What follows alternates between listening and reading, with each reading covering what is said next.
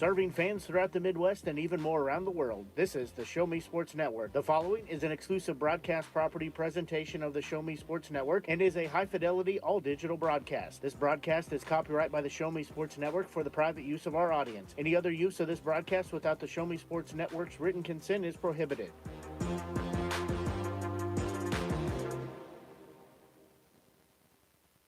Matchup coming up. Of course, Blair Oaks, they are looking good right now, 6-1 on the season, and in large part because of the defense. The defense has been spectacular all season long, but along with that, the offense has been able to keep pace with anyone in high school football right now and in the Missouri area. They've been looking fantastic. Yeah, well, the offense, they haven't scored less than 55 points since September 1st, Austin. I mean, that's just absurd. All 5 wins on their current 5-game win streak, they've scored more than 55 points. So it hasn't been winning just convincingly. It's been straight out blowing teams out. And that offense, I mean, Hallsville's going to have their hands full. And you mentioned the defense. The defense, one of the best defensive lines in the entire state, just a really strong defense overall. And they're returning almost all of their starters from that state championship team this year. So lots of experience as well. So, I mean, all around, in all phases of the game, a really, really strong Blair Oaks team. Yeah, and it'll be interesting to see how Hallsville is going to respond following their recent rough stretch. They're coming off back-to-back losses. The offense has not looked too great the last 2 weeks. The first 5 weeks, they looked spectacular. They looked like they could have been one of the best offenses in the state in Class 3. And I wouldn't have been surprised, and I wouldn't have disagreed with you if you had said that. The last 2 weeks, however, they have hit a couple rough patches. It'll be interesting to see how they go up against one of the top defenses and if they're going to be able to get things started again. Yeah, I really think it kind of comes down to playing a complete game on the offensive side. They were off against Osage. It was just a bad night all around. And then last week against Southern Boone, kind of got off to a pretty good start and then just stalled out. So I think it really comes down to finding that place in their offense where they're playing a strong offensive game for this entire night rather than just one good quarter or just no good quarters at all. So they're going to have their hands full. It's going to be tough to turn things around against such a good Blair Oaks defense, but that's what's going to happen tonight for some success. Yeah, and of course, we will be getting the thoughts of head coach Justin Conyers coming up in just a few seconds. The pregame show continues here on the Show Me Sports Network. We'll be right back after this. Running out of some of your favorite Avon products and haven't seen an Avon brochure in quite some time? No need to worry. Avon Independent Sales Representative Michelle Carty can help with your Skin So Soft makeup, jewelry, fragrance, and skincare needs. Avon now carries cleaning supplies, clothing, daily essentials, and several small LG electronic items. You now have the opportunity to shop online 24/7 and have your order shipped directly to your front door by shopping with Michelle at mcarty.avonrepresentative.com or find her on Facebook by searching Avon Carty. At the Boone County Journal, we're with you all the way. We know that you're more than just a subscriber. You're an employer, you're a parent, you're a neighbor. Most importantly, you're a community member. It's our goal to provide you with the latest news, sports, opinions, obituaries, classifieds, and more to keep you informed about your community. To find out more about the Boone County Journal or to subscribe, call 573-657-2334 or visit bocojoe.com. The Boone County Journal. We're with you all the way. Hello and welcome back to the Hallsville Indians pregame show. I'm Austin Thomas, joined once again by head coach Justin Conyers here on the Show Me Sports Network. How are you today? Good. It's been a long 7 weeks and a much-awaited home game here tonight. So, it's nice to not have to get on a bus for once and travel both there and home on a Friday night. Yeah, I mean, talking about that, like, what is everyone feeling like right now that they don't, they get the home game. They don't have to travel, but also they get to see all the home fans. How's everyone feeling? It's kind of weird, honestly. I mean, being in our locker room, it's really not our locker room, but it is our locker room right now. It's been our locker room, ever since they tore down our old one, but it's just kind of a weird feeling to be back in our stadium. It's been nice to practice there, but now to actually see people filing in and to see the atmosphere and the pylons out and all the numbers, it's a different feeling. It's a great feeling. Don't get me wrong, but it's just been so long since we've been here. I mean, you got to think back all the way back to last season. I mean, it's been a long time coming for us. So it's nice to be able to be, like I said, be here and not be on a bus for once in the last 7 weeks. So I feel like the field's going to be a big discussion here. What's been the biggest difference that you've noticed from like the field, the stadium around it, the atmosphere? I mean, here's the big thing is just one, how beautiful our field is. It's been a long time coming, but the project's turned out beautifully. I mean, our field is vibrant. The colors are great. We've got a shock pad underneath the turf. I mean, it is just the way it feels is absolutely amazing. So well worth the wait. And to see everybody filing in, like I said, and all the faces, there's going to be tons of kids here tonight. It's just going to be one of those environments that, a lot of people have waited for, is to be able to have this hometown game. And so I'm excited for our kids. I'm excited for our crowd, and obviously excited for Friday Night Fever once again. Oh, of course. So, I mean, talking about this upcoming game, what the excitement, not just for the home crowd, but also playing Blair Oaks, who's probably one of the best teams that you're going to face. They're 6-1 right now on the season. How's everyone feeling about the game, and then how's everyone feeling about the field, and like how does this mix together? Oh, here's the whole thing. This is what I told our boys yesterday at the end of practice is Blair Oaks don't give two what's about whether or not this is our first home game, this is our new field, our home opener. They're coming here to try to beat us. I mean, that's what they want to do. I really feel like, especially I know Ted LePage really well, great coach, great program.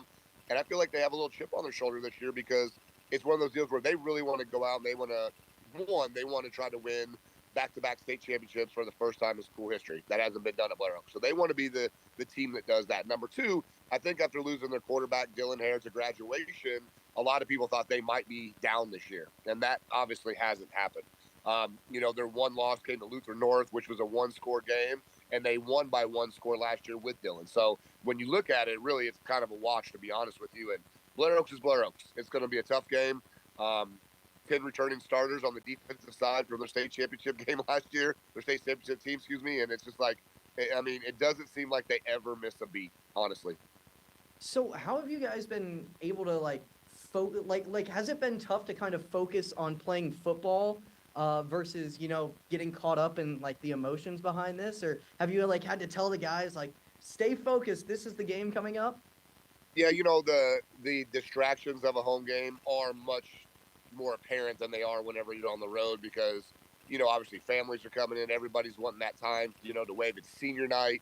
I mean, there's going to be a lot of stuff going on in pregame too. So major distractions for us, but, the focus is still there. We know what the task at hand is. We know what type of tough ball game this is going to be. And for us, it's a week that we have to go out and we have to compete. I challenged our guys this week of find one thing that you can get better at this week. You obviously, after the last 2 weeks, you can't fix everything at once. So we've got to focus on finding that one thing and try to get better. And it's been a slow process this week, honestly. I'm a little on edge about playing Blair Oaks this week because I know that we want to go out and we want to compete well, and so there's been a heightened sense of focus by myself and my staff, and I'm just trying to elevate our players to that level as well. And, talking about the players and having them be focused, I feel like we've talked about individual weeks in a lot of these pregame interviews, and we haven't had really a discussion about, all season long, what are some of the things that we've seen. I mean, this is the eighth game that's coming up, or eighth game of the season that's coming up. What's been kind of your biggest takeaway just from the season in general so far? Thought we did a really good job in those first 5 weeks, even with the one loss to Centralia, of really mixing it up offensively, getting everybody involved. And I thought we had a lot of good plays that set up off of each other based on, really all of it stemming around like Colton Nichols, getting him involved early and then having all of your wrinkles off of him to all the other guys. The pleasant thing has been, the outbreaking of Zach Duray this year. I mean, the kid that never had any varsity touchdowns, and now he's lighting up the scoreboard on Friday nights.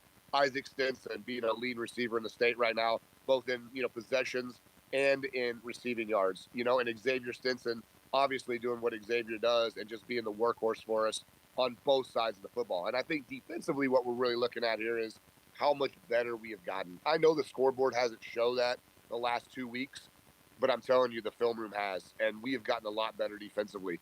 It just seems like we can't put everything together in a night. That's what it felt like for the past 2 weeks is we can't put all three phases of that game together. We can't have a great special teams, a great offense, and a great defensive night all together. If that ever happens for us, if those three things come together, I think we're a pretty darn good football team, and I think we're really hard to beat. So we got to find a way. We just got to keep plugging away, and that's why we practice, and that's why we play these games, is to make sure that we can get better. So I think if you look back and you bring the whole season together, that's kind of where we are, is how can we put everything together and not play perfect football, but play really good football solidly on a Friday night. So, I mean, you mentioned it, the first 5 weeks, the offense looked really good. The last 2 weeks, the offense has come a little more to a standstill than the first 5 weeks, at least. What's been the reason why the offense hasn't been so successful the last 2 weeks? Well, you get this late in the season, and now, early in the year, teams have one, maybe two games of film on you, and now we're at a point where, in our conference, they have access to every game. So Blair Oaks has, 7 games on us, and the further you get in, you could really, just like we do, you could start to, pile up all that film, run all those tendency charts, and I mean, it makes really good football teams that much harder to beat, because now they're dialed in and taking away the key things you were able to do early on. So now you're spinning your wheels and you're trying to come up, because you don't want to come in every single week and have a bunch of a whole new way that you're attacking the defense. You want to make sure that your kids are comfortable, but you've got to have new concepts and new wrinkles that are in each week, just so that you have some stuff to go off what you've been doing on film. So, I mean, you mentioned it, how it's going to be even more difficult to beat some of these good teams. What do you think is going to be a key to, keeping it close and playing a competitive game against Blair Oaks? I mean, number one is we're going to have to tackle. I mean, honestly, that's been our demise all season long. Even when we've played better football, we still haven't tackled extremely well. And they're going to be really hard to tackle tonight. I know that. And so we're going to have to do a good job of making sure we're swarming to the football, and not getting beat deep and letting guys behind us. A lot of blown coverages last week. And then over on the offensive side, we've got to get a rhythm. That's one thing I've been talking to Braden Matheny about. One thing I see the difference in between, right now and going into week 8 and where we were in week 5 is he does a really good job whenever he is on time and delivering the football in rhythm. And we've really been missing that because of all the pressure he's been seeing the last couple of weeks. So we have to do a better job of making sure he's getting the right pass protection called offensively so that we're protecting him as well. And we got to get some run game going. They're tough. It's going to be hard. They're going to try to really seriously take away every bit of inside run that we're going to try to get. So we have some wrinkles tonight that I'm excited about to hopefully try to create some sort of yardage in the run game. Well, I mean, you kind of mentioned it with the offensive line in the past has been a focus of yours, and calling out that pass pro. I know you talked about that a little bit. Has there been a guy on the offensive line that's kind of stood out as a leader, as a guy that's saying, hey, we need to step up in these next few weeks? Has there been a guy that's really stood out to you that's done that on the O-line?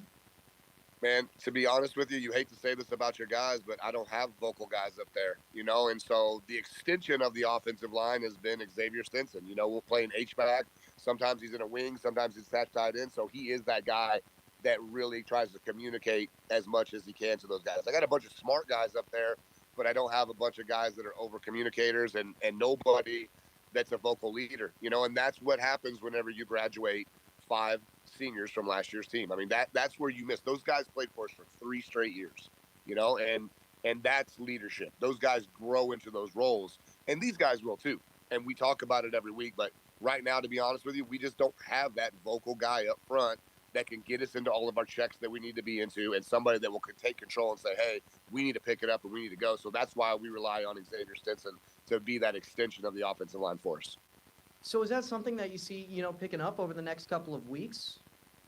Well, you hope so. We're in week 8, and we're still not there yet. So we only have 2 seniors up there.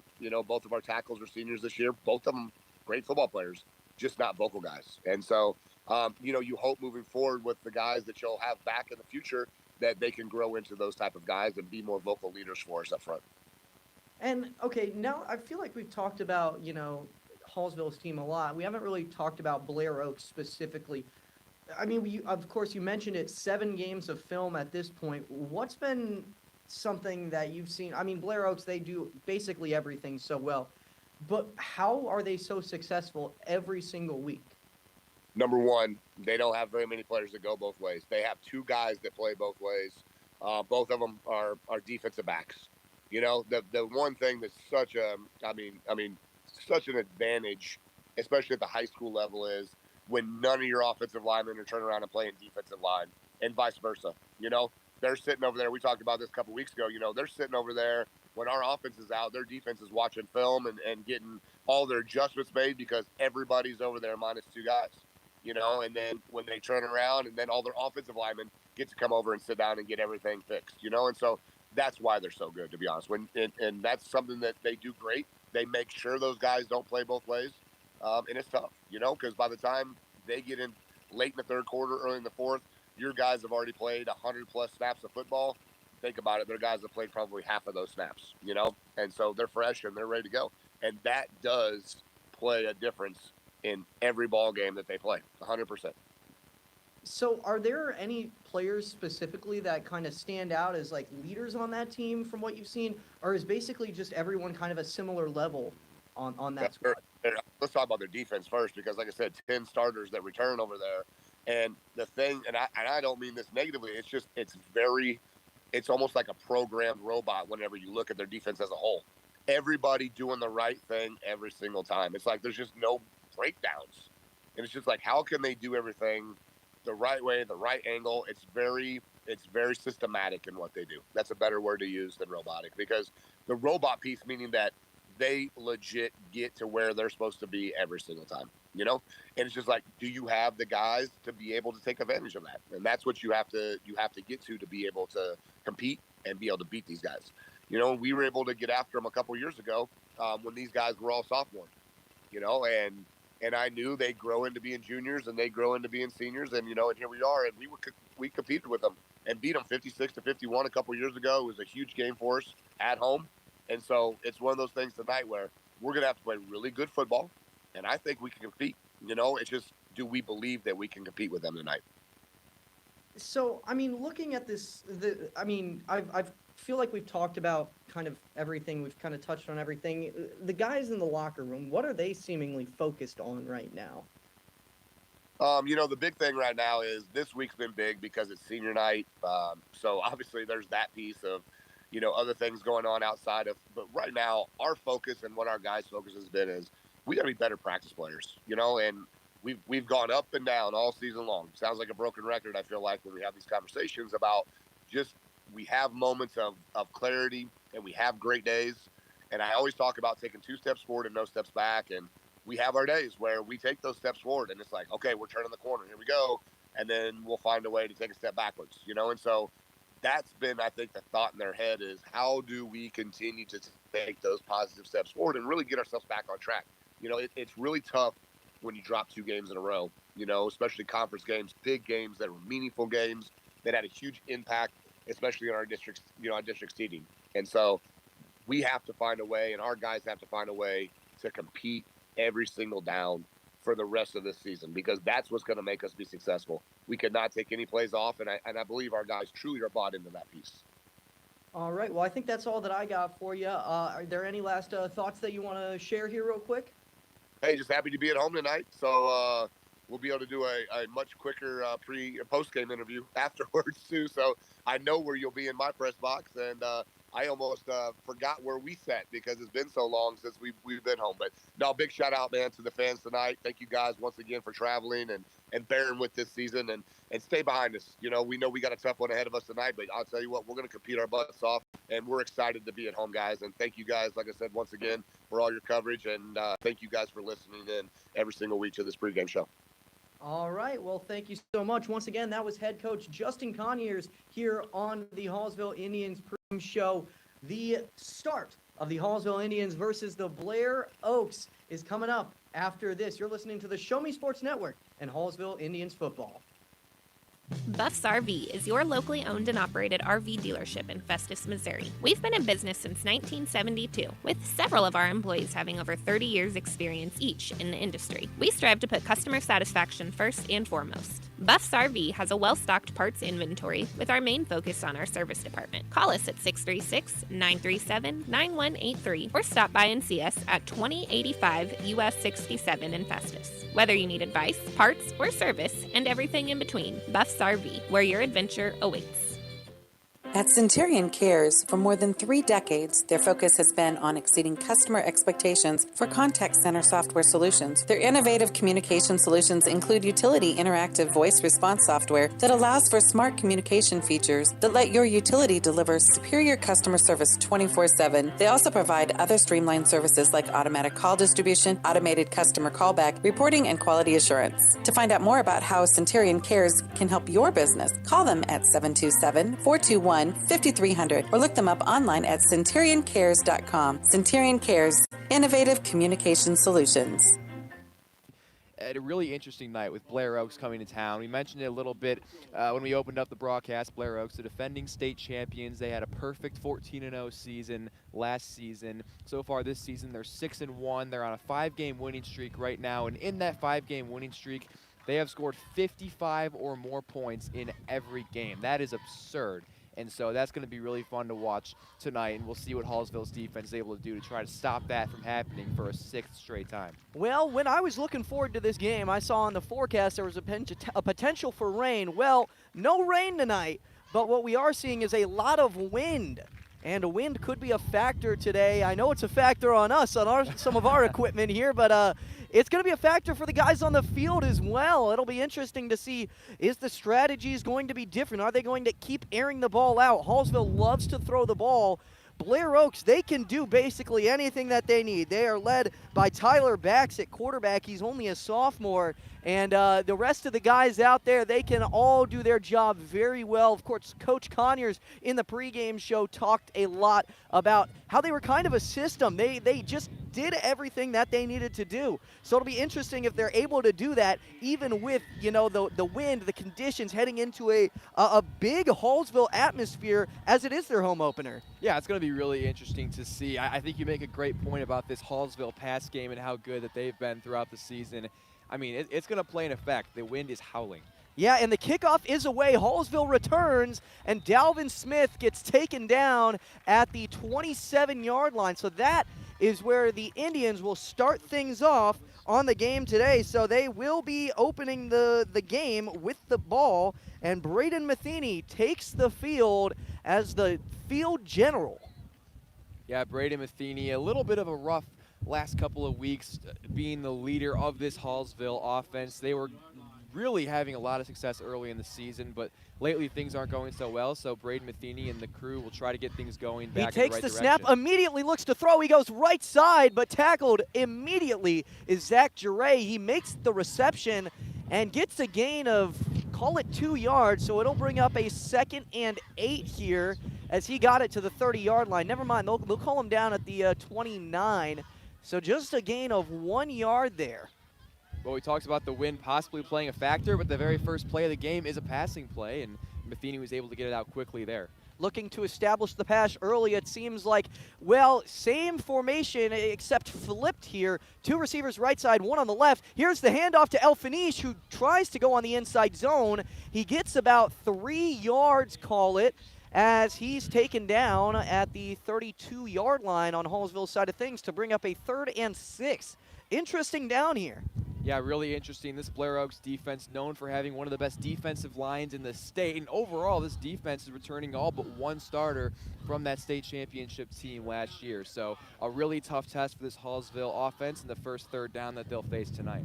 Yeah, and likely not the last, as Blair Oaks has been fantastic on the defensive side of things. Here's the snap. He's dropping back. Matheny looks left side, and he's got a man, Isaac Stinson. He's down the left sideline and gets pushed out of bounds all the way up to the opposing 47-yard line for the first big play of the day. And this is what Hallsville needs to do, get the offense started, isn't it? Yeah, it really is. Good to get a first down right there on this first possession, and Isaac Stinson has been incredible this year.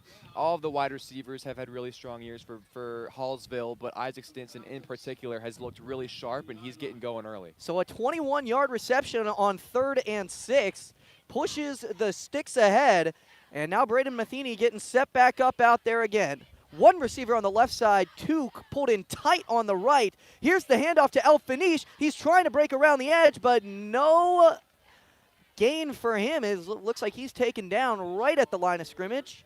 So the ball will remain at the 47, but the downs move to 2nd down.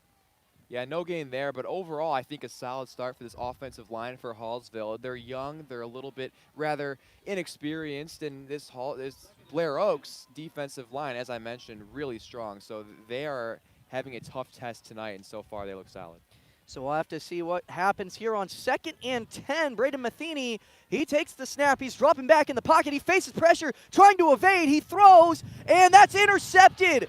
Blair Oaks gets the interception and going with this one up the right sideline and taken down at the Blair Oaks 48-yard line. A tough interception right there. It looks like Skylar Luton's the freshman who came up with the interception there for Blair Oaks. Yeah, the offensive line collapsing. Matheny running for his life. Looked like he might have slipped a little bit, and that allowed the pressure of the defensive line to get a little bit closer to him.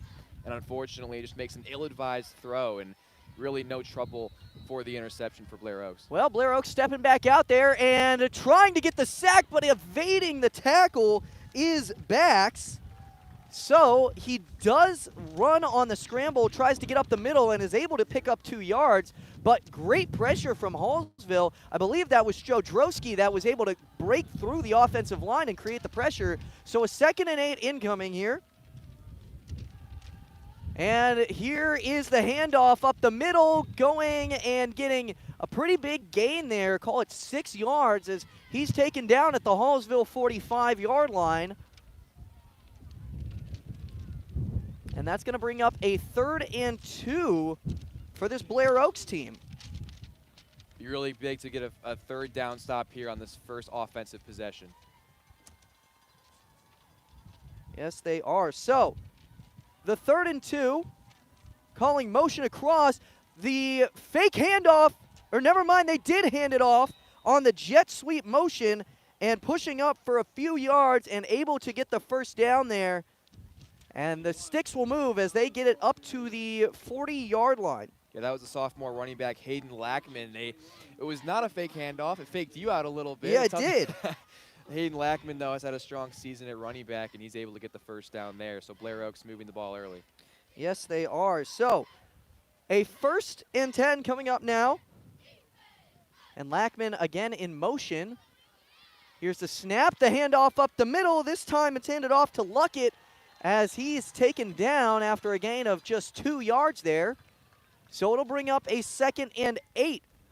Haven't really seen any, explosive plays so far from Blair Oaks. Yeah, you have to wonder if the wind is playing a factor for them, not really trying to throw the ball too far downfield. And on that last play, a nice tackle by Abel Fanish. So a 2nd and 8 coming up now.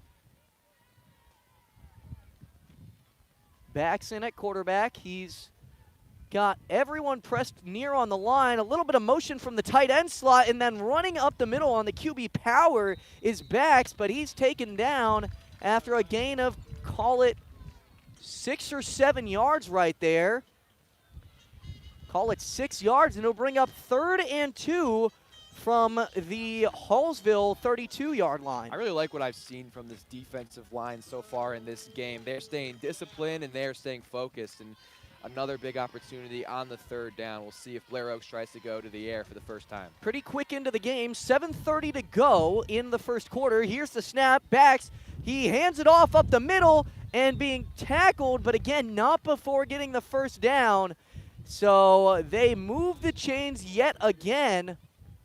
And this offense is hard to keep track of who's got the ball. That one was Elijah Luckett who pushed ahead to get the 1st down as they get to the 25-yard line on Hallsville's side. And they're pretty close to the red zone right now, right on that edge. And flag on the play. Flag on the play. Looks like a false start. We'll see. Yep, false start. And I believe that was on one of the wide receivers. Might have been Joey Wild.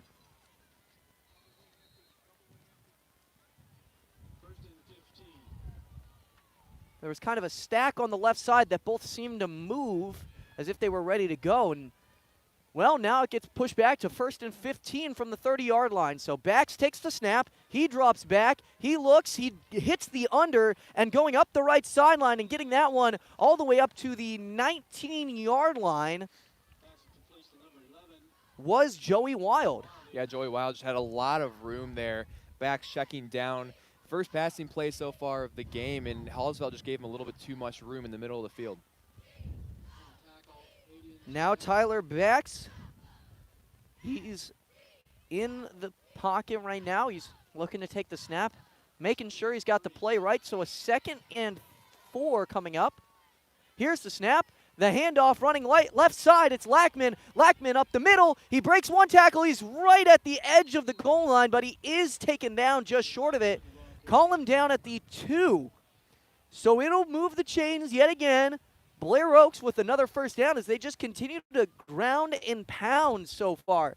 6 minutes to go 6 minutes and 15 seconds to go in this first quarter. And, a pretty long drive as 3 in the backfield alongside. And it looks like a little bit of a quarterback power right there, but taken down at the 2-yard line. Hallsville playing some great goal line defense right there. They don't allow anything.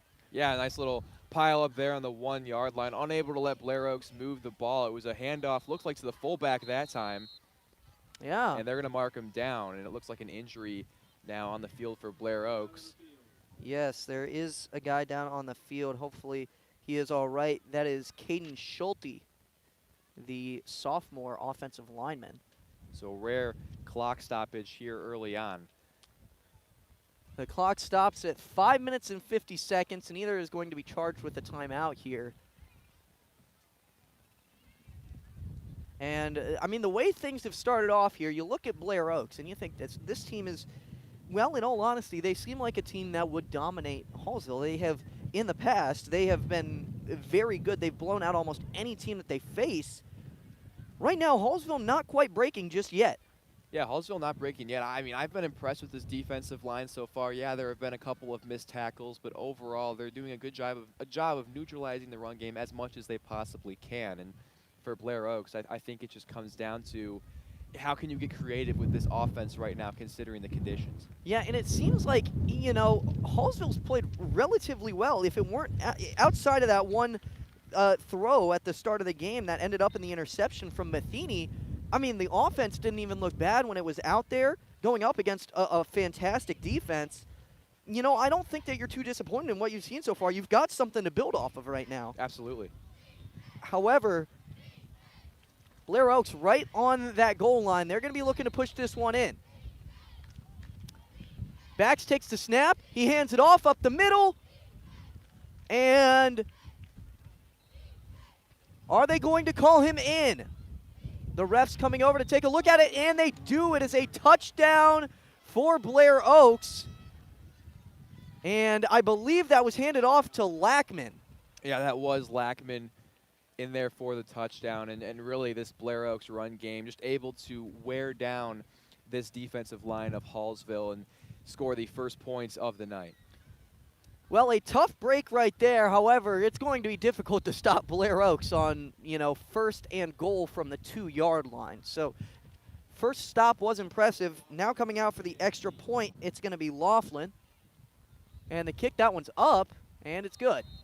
Line drive kick there, but so, no problem for Blair Oaks. Yeah, and now the score sits at 7-0. Blair Oaks leads. Just over 5.5 to go in the first quarter. And Hallsville will look to put up something on the offensive side of the ball here. Their first time, they had the big play to Isaac Stinson. They were able to get the offense moving a little bit. It wasn't, being stifled. You really have to be encouraged by that start so far. And I think with the last couple of weeks, the offense looking sort of off. The offense doesn't really look off tonight. And they're going to have a really solid night against this Blair Oaks defense, as we've mentioned. But so far, yeah, really solid. And the pass to Stinson was a start. We'll see how Hallsville can kind of build off of that start and try to have a solid second drive here. Yeah, well, what we'll have to see is if Braden Matheny is going to be able to battle back after throwing the interception right there. It's always tough to, the mental aspect of the game. It's always a tough thing to do, after you throw an interception to come back and get back in the right mindset. So a big drive for Braden Matheny and really the rest of the offense to come up and right now. With this Blair Oaks offense being as powerful as it is, you know, you want to start putting points on the board early. There's no time to wait to put points on the board. So the kickoff is away, and this is going to be a return from Hallsville. This is Dalvin Smith again. He takes this one up. He breaks one tackle, is able to get it up to the 29-yard line before being tackled. And Hallsville will get back out on the offensive side of the ball, led by Braden Matheny. But not only him, I mean, the rest of the weapons on that offense have been fantastic this season. You look at Colton Nichols, you look at Isaac Stinson and Xavier Stinson, who might not show up in the box score, but Xavier Stinson, every single game, he's out there. He's making plays. He's blocking. He's doing all the things that don't show up out there. So he'll be a big guy to watch and see if he can kind of lead this unit out here on the offense. Of course, Braden Matheny back at quarterback. He takes the snap. He hands it off to Elfanish, who rolls left side, trying to break a tackle. He breaks one. He bulldozes through another, but is taken down. Looks like he'll get 3 or so yards on the carry right there.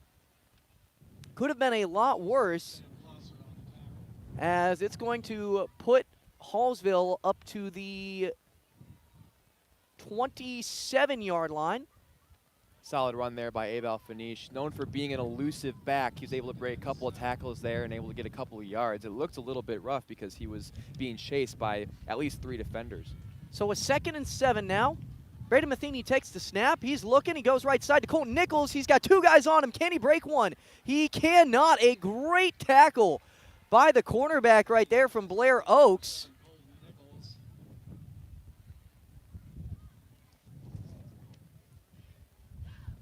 Looks like maybe... I believe that's Warren Davis. Warren Davis maybe just got back to the line of scrimmage. Might actually be a yard in front of the original line of scrimmage, that is. So a 3rd and 9 coming up on the loss of 2 on the reception by Colton Nichols.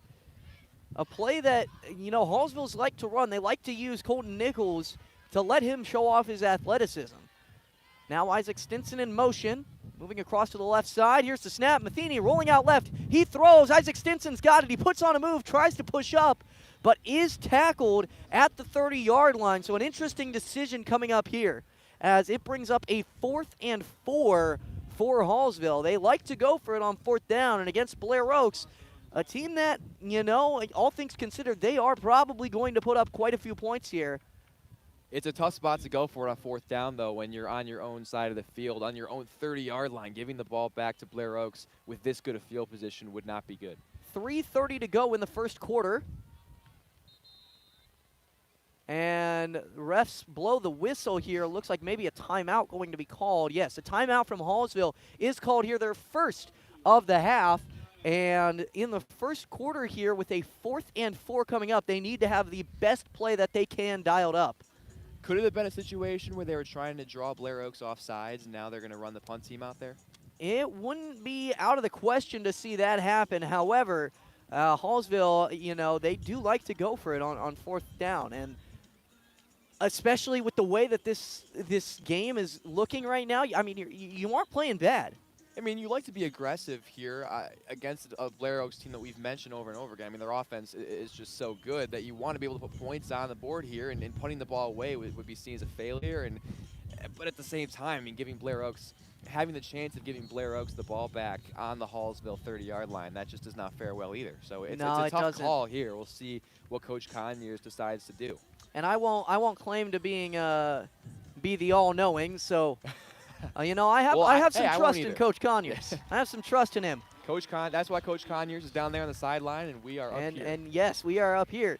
So he does send out the offense. 3 receivers right side, 1 on the left. Abe Elfanish in the backfield. Braden Matheny getting ready for the snap. He takes it. He looks to throw. He throws it, and a great completion. Colton Nichols has it for a 1st down for Hallsville. That's a gutsy play call, and it works out. Wow, Colton Nichols hauling in the reception, and a nice play by Braden Matheny to stay poised and find his open receiver for the 1st down. Yeah, and a great job not to get, you know, caught up. It had to be a lofted throw right there to get over the head of Doug Blaha, and, you know, a great throw in order to put that over him and to get it in a completion to Colton Nichols. Fantastic throw. Here's the snap on 1st and 10, handed off to Elfanish, who tries to go up the middle, but he is taken down by Blair Oaks. A mob of 3 men in green were able to take him down. Looks like they'll give him right up to the line of scrimmage. So no loss there, but also no gain, as it remains at the 38-yard line for 2nd and 10. The senior Jackson Marshall in on the tackle there. A couple of seniors on this defensive line. Very experienced defense that Blair Oaks has. And Hallsville making sure they have the play here. 4 receivers on the right side, 1 on the left side. They're all spread out. Here's the snap, looking left side, and that's the completion to Isaac Stinson, who's going to get it for a 3rd and 4 on the 6-yard completion.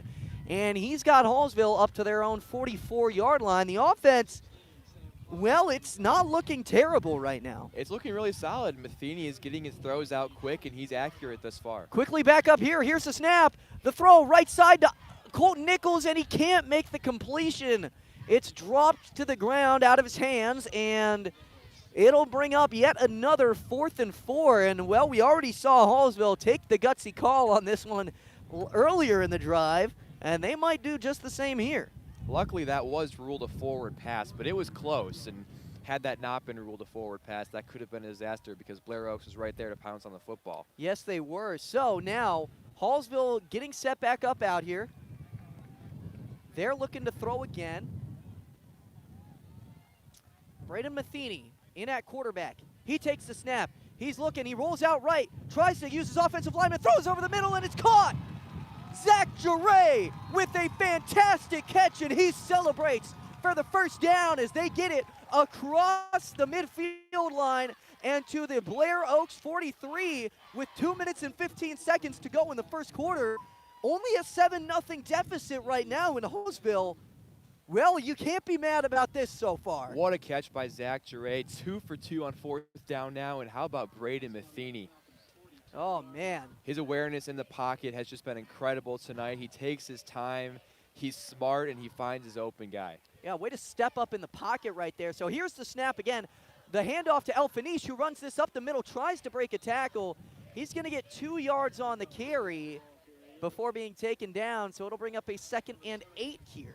It's really encouraging to see the pass game make such a step this week as compared from the past 2 weeks. I mean, the pass game had gone from being the strength of this team to really struggling in these last 2 weeks. And so far tonight, I mean, it's all but back. So 1 minute and 30 seconds to go here in the first quarter. And trying to call for an encroachment penalty. Now Braden Matheny getting set back up here. 3 receivers on the right side. Abel Fanish in the backfield and a tight end on the right side as well.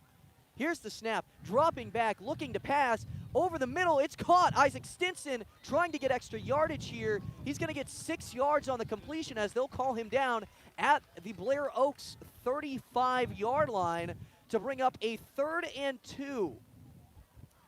Yeah, Hallsville offense wanted the penalty there before the play, but it didn't look like the defensive lineman of Blair Oaks crossed the line of scrimmage, so they get the play off. And man, Isaac Stinson's been really solid so far tonight. And a team that looks really pumped up right now. They've got double stacks. They got a stack of 2 receivers on the left side, a stack of 2 on the right. Here's the snap. A rhythm blitz incoming. Braden Matheny trying to evade pressure. He runs up the middle, but he's taken down.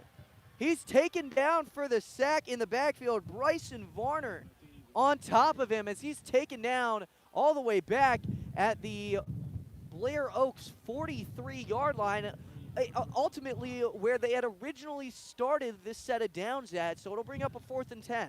Yeah, Bryson Varner, the junior defensive lineman, last year as a sophomore, first team All-State. Really talented piece of this strong defense. Yeah, and he shows off why he was so good last year, and Hallsville going to step off to the side, and so will Blair Oaks as the digits hit 0 on the clock.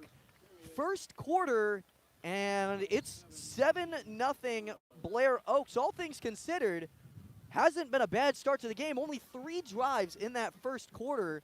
And also, we haven't even finished that 3rd drive yet. Yeah, you have to be really encouraged so far by this offense. Obviously, Blair Oaks, they take the early lead and the interception for Matheny. But all things considered, Hallsville is playing really well. They looked like they showed up ready to play tonight. Also a very quickly going game. It seems like the clock just isn't stopping right now. I mean, we're 22 minutes in, and we've already burned through 12 minutes of clock. Well, yeah, usually you see that kind of be a factor when the run game is really prevalent and there's a lot of running going on. But, I mean, Hallsville, they're sticking with the pass game, and I think it's just not a lot of incompletions from Dylan Matheny. I mean, he's been sharp.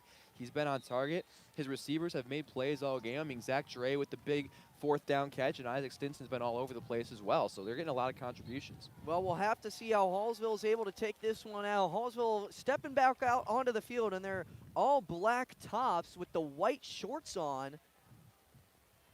Blair Oaks, they've got the white jerseys with the green pants. And they will get set back up out there in the second quarter. 4th down and 10, ball on the 43-yard line. 2 receivers on the right, 1 to the left. Matheny in the backfield in the shotgun. He fumbles the snap originally, now throws towards his left, and it is off the hands of Isaac Stinson, incomplete, and that's a turnover on down. So an encouraging second drive from Hallsville ends in nothing, and Blair Oaks will take the over on their own 43-yard line. Oh, man, and a great play by Braden Matheny. It was a little bit of a high snap, but he was able to keep the ball in his hands, drop back. He had pressure on him, and really he put that ball in a perfect spot over to Isaac Stinson. A tough play to make, but really, you know, it's a 4th and 10. It's going to be hard to get any pass in there, and he put that one in a spot where it was at least manageable to catch. Receiver in motion, backs looking to his left, and he finds his receiver who has the ball over the middle across the 40-yard line and is taken down at the 35. So a nice first play. Joey Wild, the receiver, with the catch, and Blair Oaks is moving the ball quickly on their second drive of the game. Yes, they are, and well, the first kind of big play that we've seen from Blair Oaks this game, which is maybe a little bit surprising when you look at this team, but that one going for about 20 yards there, and Hallsville's got to make sure that they don't allow that again. Empty set, Wild in motion now, and a flag thrown. We'll see if that could possibly be coming back. Blair Oaks is moving backwards as if that will be called on them.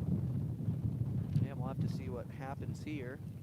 Possibly an illegal shift or a false start. Could be a big thing for Hallsville. Yeah. And, well, Blair Oaks, now 2 penalties on them pretty quickly that have, you know, been meaningful ones. So maybe you got to play a little bit cleaner here. Blair Oaks, you know, not playing their best football right now. You can see that. But they're not playing bad either. Not playing bad either. 1st and 15 now. Ball on the 42-yard line of Hallsville. Wild is in motion. Hands it off to Wild. Wild looping towards the right side. And he's going to break 1 tackle, then he's taken down by Stinson right near the 30-yard line. Won't be enough for the first down, but he gains a decent amount of yardage there. It brings up 2nd down. Yeah, and Dalvin Smith able to come over a little bit as well, and he kind of tripped him up at first.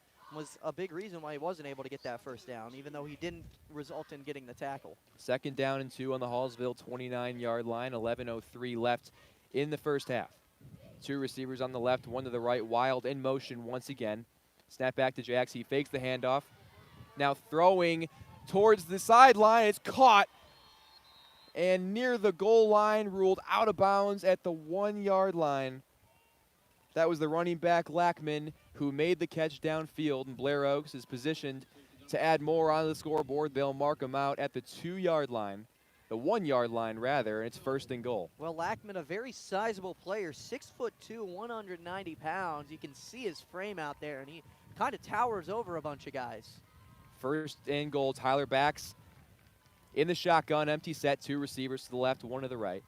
And Backs is going to take it. He's going to run right up the middle by himself. Nobody there to stop him. It's a touchdown for Blair Oaks. Tyler Backs with the 1-yard touchdown run, and the Falcons extend their lead.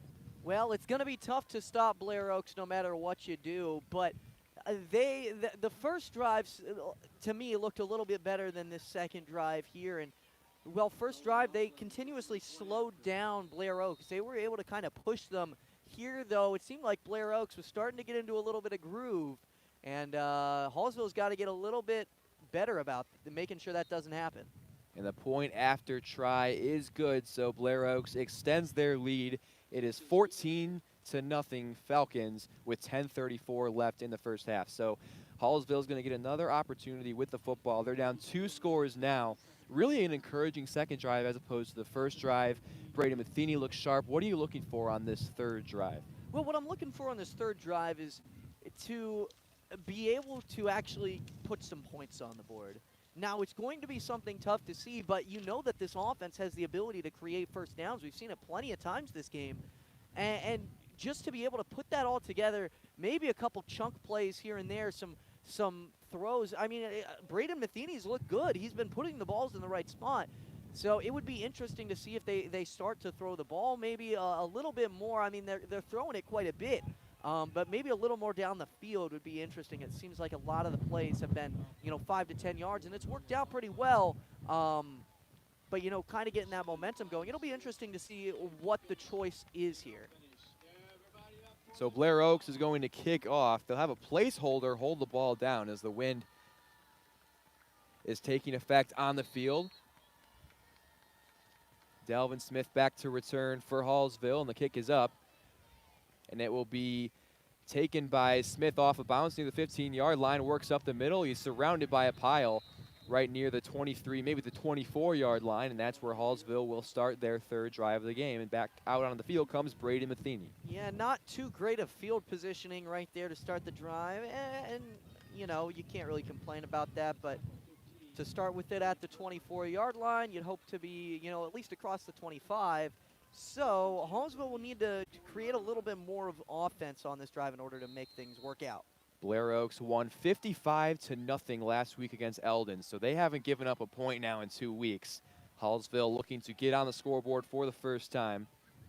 And Matheny out of the shotgun. One receiver to the left, that's Stinson. Ball is handed off to the freshman Conyers. He goes towards the right, but he's eaten up by a pile of Blair Oaks defenders. They'll lose yardage on the play, and it brings up second down and long. Yeah, and Conyers, just a freshman here. He's been looking to add some development on, and he's had a few carries throughout the season. It'll be interesting to see if, he can break off a long one. His longest carry on the season so far has been 26 yards. And, it'd be interesting to see if Hallsville can create a big play here. Conyers stays in the game, is in the backfield, 2 receivers on either side. Matheny takes the snap. Pressure coming, pocket collapsing. Matheny evades pressure towards his left, and it's thrown incomplete, almost intercepted by the defense. Yeah, Warren Davis in coverage on that one. And Davis, he almost had that one. But Zach Giray was there. It was an interesting decision to make.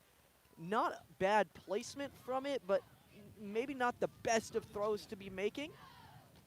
Again, rolling outside the pocket, it was not intercepted, and you might trust a guy like Zach Giray. So all in all, I wouldn't say that it was a bad throw, but it is one that you do have to be wary of, and you have to make sure that you don't throw an interception.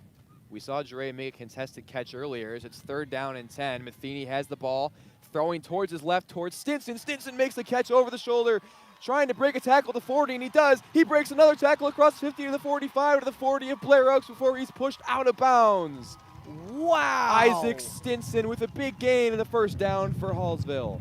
My goodness, what a move he just put on.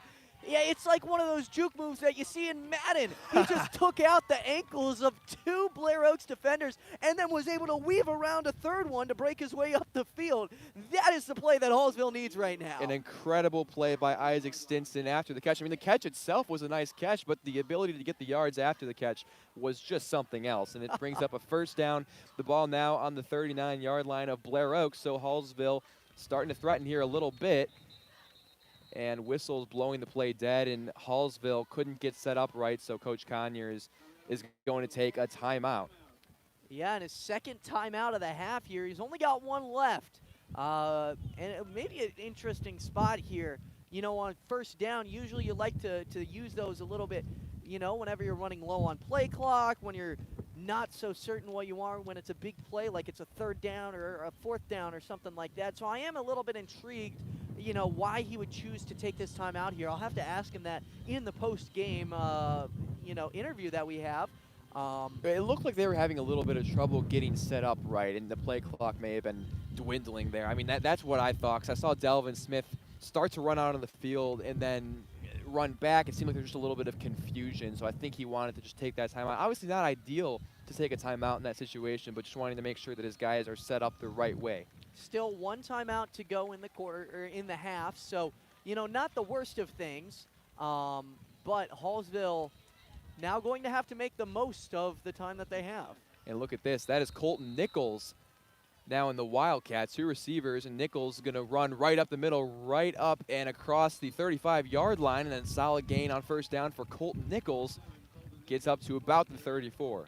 Yeah, and I like to see that one. A kind of the Wildcat, the run up the middle. He got 4 yards, and that's one of the ways that you can get the run game working, is to be able to do things like that. And if you can get 4 yards on carries, you are not going to be complaining against this defensive line. Colton Nichols stays out there in the Wildcat once again, and he gets the ball this time running outside towards his right, being chased by defenders, and Nichols is going to be brought down near the 33, maybe gained a yard before being brought out of bounds by a trio of Falcons, and it'll bring up third down.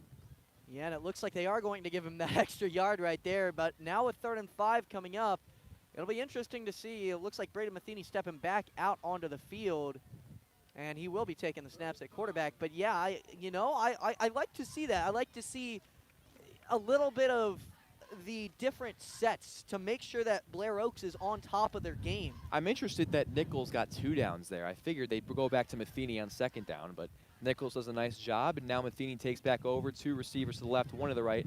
Matheny takes a snap, looking towards his right. Pressure coming, spins to his left, and he can't evade pressure. He's taken down by the Blair Oaks defense. And it looks like that was Jackson Marshall, the senior, with the sack for the Falcons. A 4th down and long upcoming for Hallsville. Yeah, great tackle by Marshall right there to be able to wrap his hands around Braden Matheny, because Matheny, he's pretty evasive in the pocket. He can break a couple tackles in there. Now, he's not a guy that you're going to be seeing take off for a bunch of extra yards on the scramble, but he is a guy that can at least create some time to get the ball away. Not able to do that right there thanks to Blair Oaks' great defense. 4th down and 12 on the Blair Oaks 40-yard line. Hallsville 2 for 2 on 4th down so far. Snap back to Matheny. He takes the ball, looking towards his left, lofts one in the air, and it is picked off by the defense. Pass was intended for Isaac Stinson, but it is picked off by Blair Oaks, and they will take over the football up 14-0. Matheny with his 2nd interception of the game.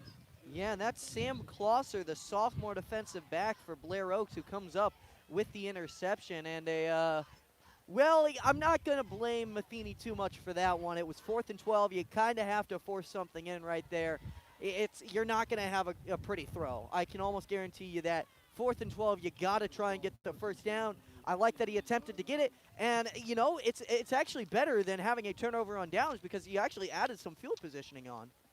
Absolutely, and the first down is handed off, and Blair Oaks, is going to move the ball all the way up to the 50-yard line, and Elijah Luckett, the ball carrier on that one. So the first play for Blair Oaks, they get good yardage. It'll be 1st down and 10. Yeah, and a nice carry from Luckett right there, and he kind of showed off the speed.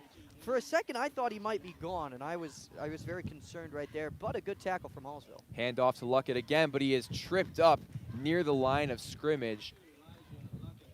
And a nice play there by Shadrowski to trip up Luckett. Maybe a gain of 1 there, and it'll bring up 2nd down. Yeah, really good job by Ski to get through and grab him by the ankle and make sure that he was down. 2nd down and 9, 2 receivers to the left, 1 to the right. Bax takes the ball, he evades 1 tackle, running towards his right, now cutting to the outside near the 40-yard line across the 35 before he's pushed out of bounds by Isaac Stinson near the 30-yard line. So Bax takes it himself, and he runs for another Blair Oaks 1st down. Well, we kind of just saw the same thing right there that we saw earlier, the very last play. Ski got around the edge and tried to get in for the sack, just wasn't quite able to latch on and grab the tackle, and that allowed for Bax to run up the right side and get some good yardage. 1st down and 10 on the Hallsville 31-yard line. Blair Oaks looking to add on to their 14-0 lead. 2 receivers to the left, 1 to the right. Bax in an empty set in the shotgun. Bax takes the ball, looking towards his right, zips 1 to the receiver, and he is taken down. That's Shadrowski. near the 25-yard line with good coverage. It'll bring up 2nd down. Yeah, and Jake Hagner on the reception right there, and Hayner, he a guy that comes in as a senior. He's had quite a bit of time to kind of develop under this Blair Oaks team that's won 2 championships since he's been at that school. 2nd down and 2, hand it off to Lackman, and he's going to push forward for the 1st down. He's taken down near the 17-yard line of Hallsville. And Hayden Lackman, well, you can't say the same thing about him. He's only a sophomore. Of course, last year exploded onto the scene, and you can see why. 1st down and 10. Ball is fake the handoff and is thrown incomplete towards the left by backs. Bit of a low throw there. The intended target, Nick Klosser, and it brings up 2nd down. I think that one would actually be considered a fumble. It seemed like he had run ahead of the line of scrimmage and then tried to throw backwards. Although I'm not sure, it seemed they're in the exact same spot, but it looked like that's where it rolled out as well. So yeah, maybe no difference there as the ball just rolled out of bounds. 2nd down and 10. This time it is handed off to Luckett, and he is met by a pile of Hallsville defenders, and not much of a gain there on 2nd down. Well, Hallsville, make your stand right now. Make your case. It's 3rd and 10, and they've got a chance to do something right here. Do something that you don't normally see, and that would be Blair Oaks getting stopped. Blair Oaks moving quickly. Backs takes it. He looks to run, and he is run into by a pile of Hallsville defenders. So Blair Oaks not getting much once again, and a big stop on 3rd down. We'll see what they elect to do now on 4th down. Well, you would expect to see Nolan Laughlin come out and take the field goal, but maybe not. Maybe not. The offense seems to be staying out there. However, you know what you mentioned earlier about potentially trying to get an offsides call. This might be the call here. We'll have to see. 4th down for Blair Oaks, and they do snap the ball. Backs takes it, looking towards his left, and it is incomplete. Turnover on downs, and Hallsville will take the football back. Wow, Hallsville coming up huge on the defensive side of the ball right there. They had 2 really good defensive plays. The defensive line and the linebackers coming up huge on 2nd and 3rd down.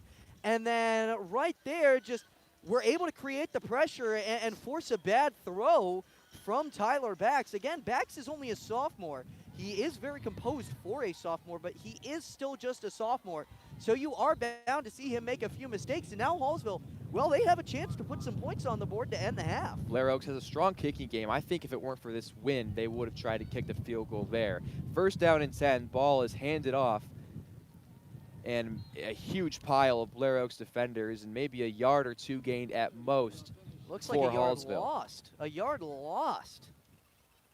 Tough Oh, call. you are correct. A yard lost.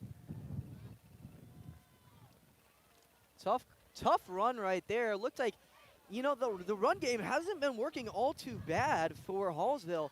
So to see them actually get stuffed behind the line, I believe this is the first time this game that they've been stopped for negative yardage. I think so. And Al Fanish is the running back out there for Hallsville. We saw Conyers take some snaps on that last possession. Al Fanish back out there. 2 receivers to the right, 1 to the left. 2nd and 11. Brady Matheny in the shotgun. He takes the snap. Pressure coming. He's going to air it out again towards Isaac Stinson, and just out of his reach. Brady Matheny looped one to Isaac Stinson near the 50-yard line, looking for another big gain. But the ball is just overthrown. Incomplete. 3rd down and 11. Well, good coverage by Sam Klosser in order to make sure that throw had to be put in the right spot. He didn't get blown, you know, it wasn't blown coverage. It's not something that you can just say, I can underthrow it a little bit and make sure that he's under net. No, he would have had to have a perfect throw, and also a great job by the offensive line to give Matheny that much time. They did bring the blitz, and in order to see him get that much time, very impressive stuff. 3rd down and 11, just over 4 minutes to go here in the half. Matheny takes the ball, looking towards his right, looking for Jure. He dives, and it's incomplete. Oh, man, and, you know, that one had to be rifled in there, and it really was. It gave him a chance to get that, but unfortunately, Zach Jure not able to pull it in, and, again, it would have been a very tough play to make, but I like it. I like the fact that they're attempting, you know, the stuff like this. It's fun to watch. 4th down and 11 now. Now Matheny will back up, and it looks as if he will punt it away. The boot with the left foot, and it's kicked to the 40, bouncing to the 45, rolling towards the 50-yard line. It'll stop right at the Hallsville 49-yard line, so good starting field position for Blair Oaks, and they look to add on to their lead with 3:50 to go here in the first half from the Hallsville home opener. Yeah, and a little bit of, it doesn't look bad for Hallsville right now. Braden Matheny looks fantastic back there. He's making some really good throws. Obviously, he's got 2 interceptions on the day. One of those, though, that's a tough one to blame him on because, again, it's 4th and 12. You're just trying to make something work. First play, Luckett takes it, and he has room near the left sideline. He cuts to his right, breaking tackles, and he's all the way up past the 20-yard line. A big first down gain for Elijah Luckett, the senior running back, and the Falcons are in the red zone once again. Well, if you're the Hallsville defense, you want to make sure that, that time starts to become a factor. That's not one way to do it, to allow big plays like that. It'll be tough. You got to make sure that you don't allow any more big plays. Kind of just, if you're going to do something, try and give yourself some ability to do so. Backs fakes the handoff, takes it himself, spinning around tacklers. He still won't go down past the 10-yard line and finally taken down near the 6. Well, I guess at this point you might as well just, let them get into there. Now they can't take the clock down to the end of the half, so it will give Hallsville another drive no matter what happens. Jake Crane a little bit slow to get up there. Coach Conyers, that is, started the run out on the field, but Crane got up and is okay. So first down and goal for the Falcons from the Hallsville 6-yard line. Clock running, 3:05 left to go in the half. Blair Oaks already up 14-0. 2 receivers to the left, 1 to the right. Lackman in motion now, backs takes it, hands it off to Luckett, and Luckett plows ahead, taken down near the 2-yard line. Yeah, pretty good tackle right there from Hallsville in order to get on top of that. Second down and goal now. The ball will be marked at the 3-yard line. 2 receivers on the left, 1 to the right. That was Jack Wooden, by the way, the freshman. This time the ball is handed off up the middle and a touchdown for Blair Oaks. That's Hayden Lackman running into the end zone, and Blair Oaks extends their lead. Yeah, and that's going to be a tough one to take right there. You were kind of hoping when you got the ball back with 4.5 to go that you'd be able to work the clock down. And, even if you didn't score points on offense, they wouldn't be able to score on the defensive side of things. Unfortunately, yeah, they're pushing back up the field, and they put the points on the board. Now Hallsville, they really have to make sure that Blair Oaks doesn't have another chance to score. And the kick is up on the point after try, and it is right down Broadway. 21-0, Blair Oaks the score. 2:27 to go in the first half here from Hallsville. I do want to mention one thing. Zach Giray has been starting to go in motion on the defensive side of things, trying to block the kick. That's not something we've seen in previous weeks. On the PATs, he is kind of running from that left side. You kind of saw it in the Patriots game. Yeah, I was just going to say, we saw that in the time. Patriots-Dolphins game on Sunday Night Football a few weeks back where the Patriots actually blocked was it a field goal or a punt? I think it was a field goal. I think it was a field goal where they had the guy, I don't know who it was for the Patriots, but he started actually near the sideline and then ran all the way in. So you're right, we are seeing a very similar thing. Maybe Coach Conyers watching a little bit of Sunday Night Football and said, hey, I like that. I don't know. Yeah, and it seems maybe like that, Giray, it's something to try. It hasn't worked yet. Obviously, very tough to block kicks. But it's interesting to see, and maybe it'll end up paying dividends at some point in this game. 2.5 minutes to go, and Hallsville, they need to get they need to keep the offense needs to have the ball last. That's, I think, the goal for this drive right here. Yeah, the offense looking really strong so far. I mean, Matheny, look, the stats won't show it because he's thrown those 2 interceptions, but he has been really sharp. So they'll look to try to put some points on the scoreboard for the first time here as the ball is kicked off, and it's taken by Alfanish near the 25 up to the 30, breaks a couple of tackles up to the 34-yard line where he's finally taken down. So a little bit better starting field position for Hallsville. 2:22 left to go in the half, and they'll get another opportunity as the offense comes back out onto the field. Yes, they will. It'll be interesting to see what kind of plays they're going to run here. First down and 10 on the 34-yard line. One receiver to the right, two to the left. Matheny in the shotgun. He's got Alfanish in the backfield. Matheny takes it, zips it right, and Stinson is going to drop it.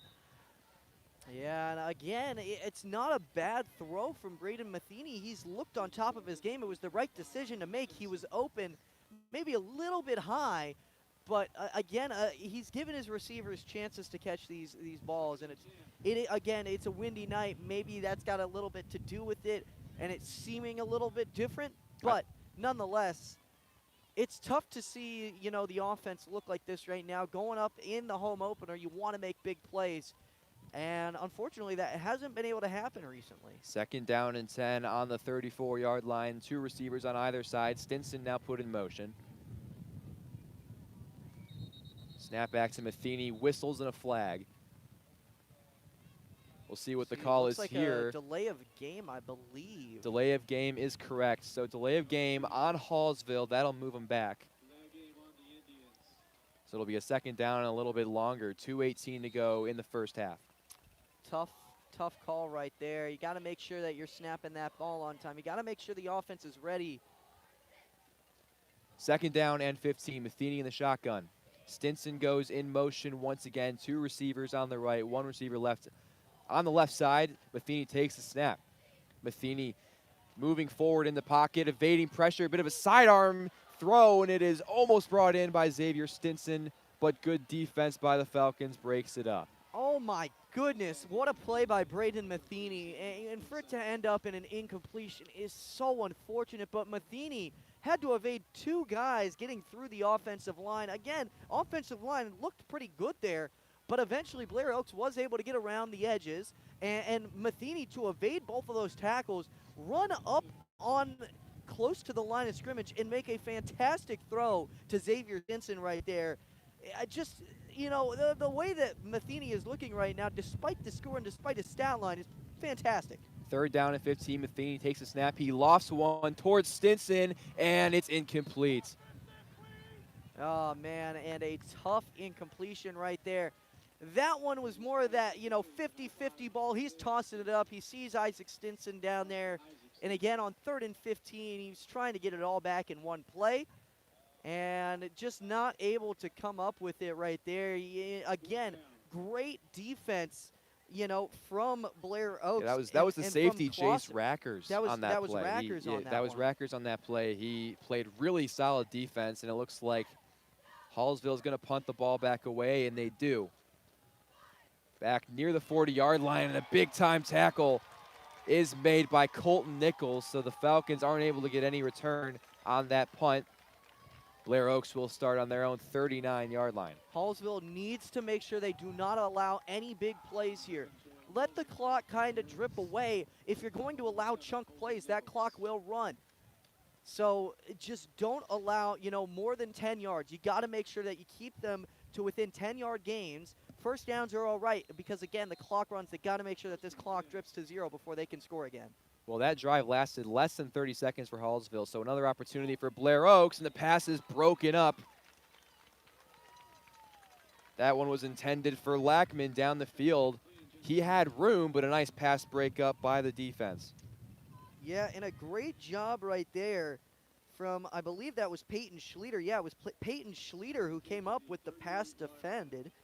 And a really good job to get his hand in there to swat that one away. 2nd down and 10, backs looking towards his left. He makes the throw. It's complete. And the receiver, that's Wild, all the way up near the 40-yard line before he's pushed out of bounds. It's good for a Falcon first down. And there's one of those 10-plus yard completions. And, again, you can't be allowing too many of those plays right now, especially if the clock isn't going to drip away when it goes out of bounds. Yeah, 1:48 is the ball, or as the receiver ran out of bounds, the clock stops. Ball on the 44-yard line of Hallsville. Empty set, backs, takes a snap, throws towards his left, and that's caught again. Wild breaking a couple of tackles. He's taken down right near the line to gain.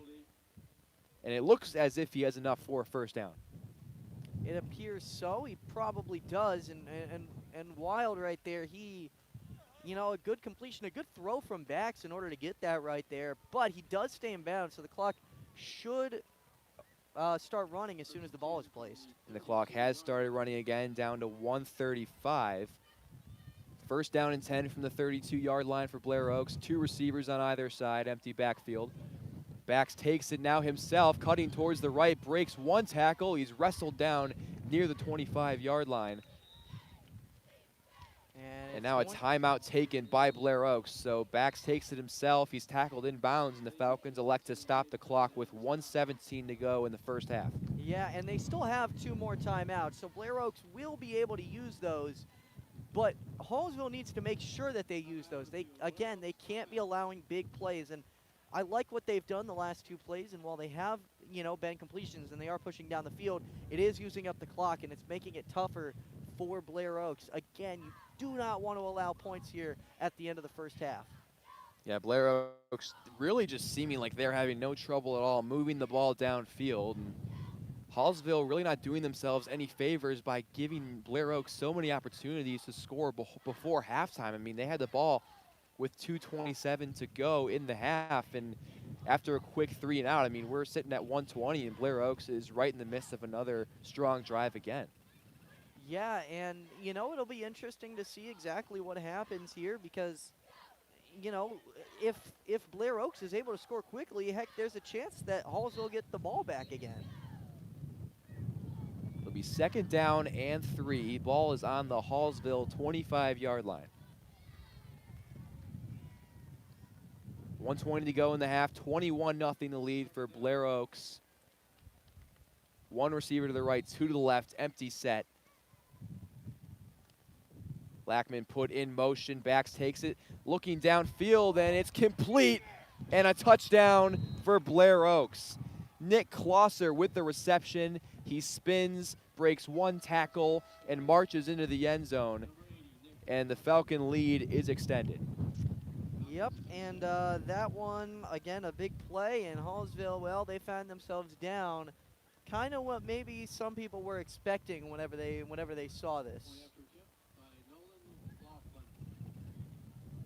1:14 to go here in the half, so Hallsville is going to get another opportunity with the football. The point after try coming first to make it a 28-0 lead.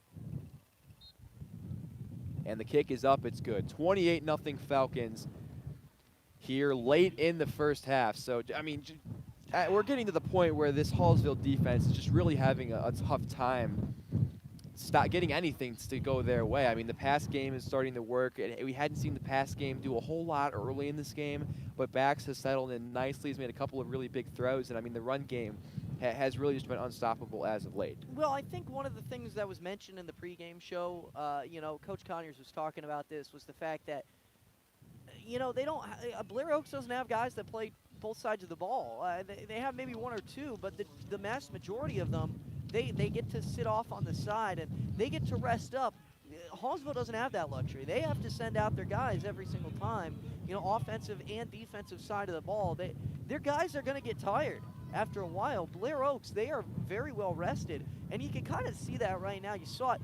Start of the game, they actually looked, pretty neck and neck. Both teams, they didn't seem like there was too big of a difference. But now it seems like, yeah, Hallsville's getting a little bit tired here. Blair Oaks kicks the ball off. It's a bit of an odd kick. I mean, that landed right near the middle of the field. The wind pushing it out of bounds and a flag thrown as the kick sails out of bounds. Yeah, so the ball going to come all the way up to the 35-yard line.